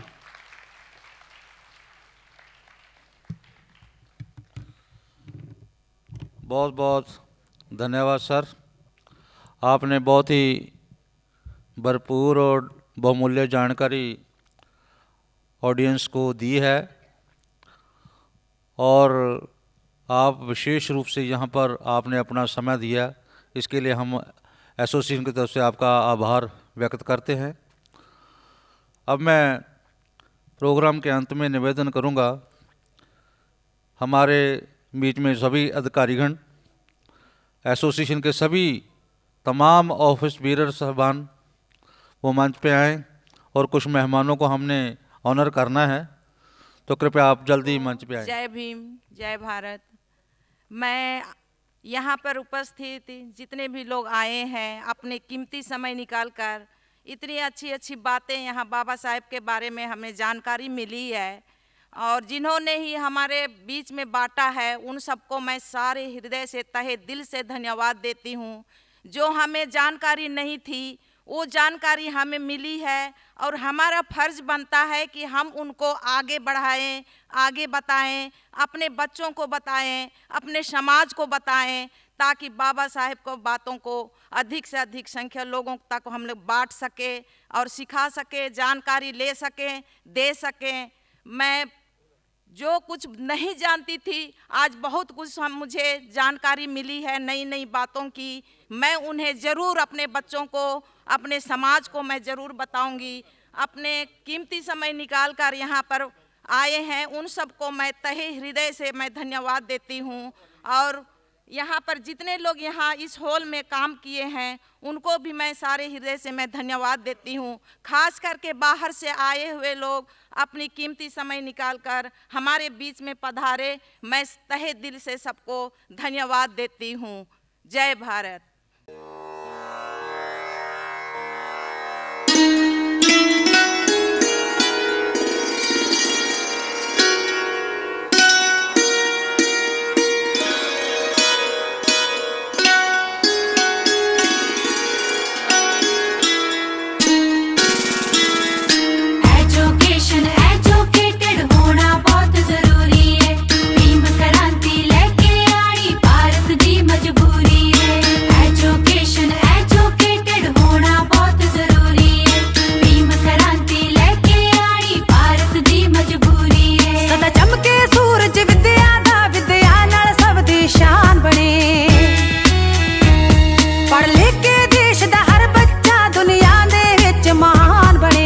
ABCD 1 2 3 4। एजुकेशन एजुकेटेड होना बहुत जरूरी है, भीम क्रांति लेके आई भारत दी मजबूरी है।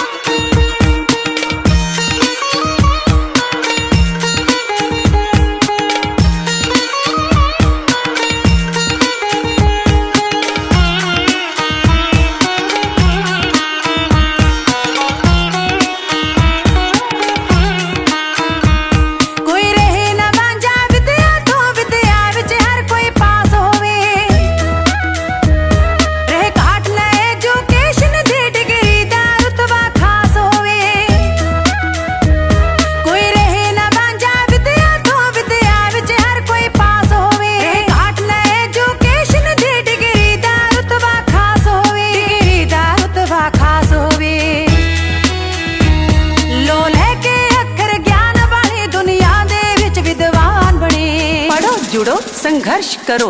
एजुकेशन एजुकेटेड होना बहुत जरूरी है, भीम क्रांति लेके आई भारत दी मजबूरी है।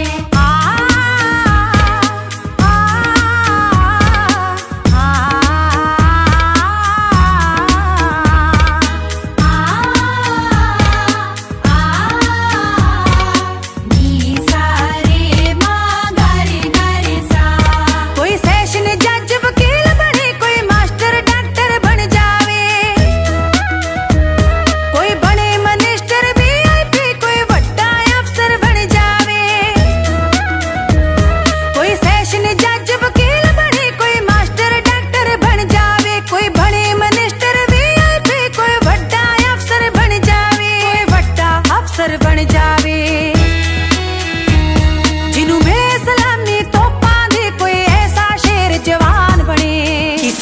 निर्भर ना रहो। एजुकेशन एजुकेटेड होना बहुत जरूरी है। भीम क्रांति लेके आनी भारत दी मजबूरी है।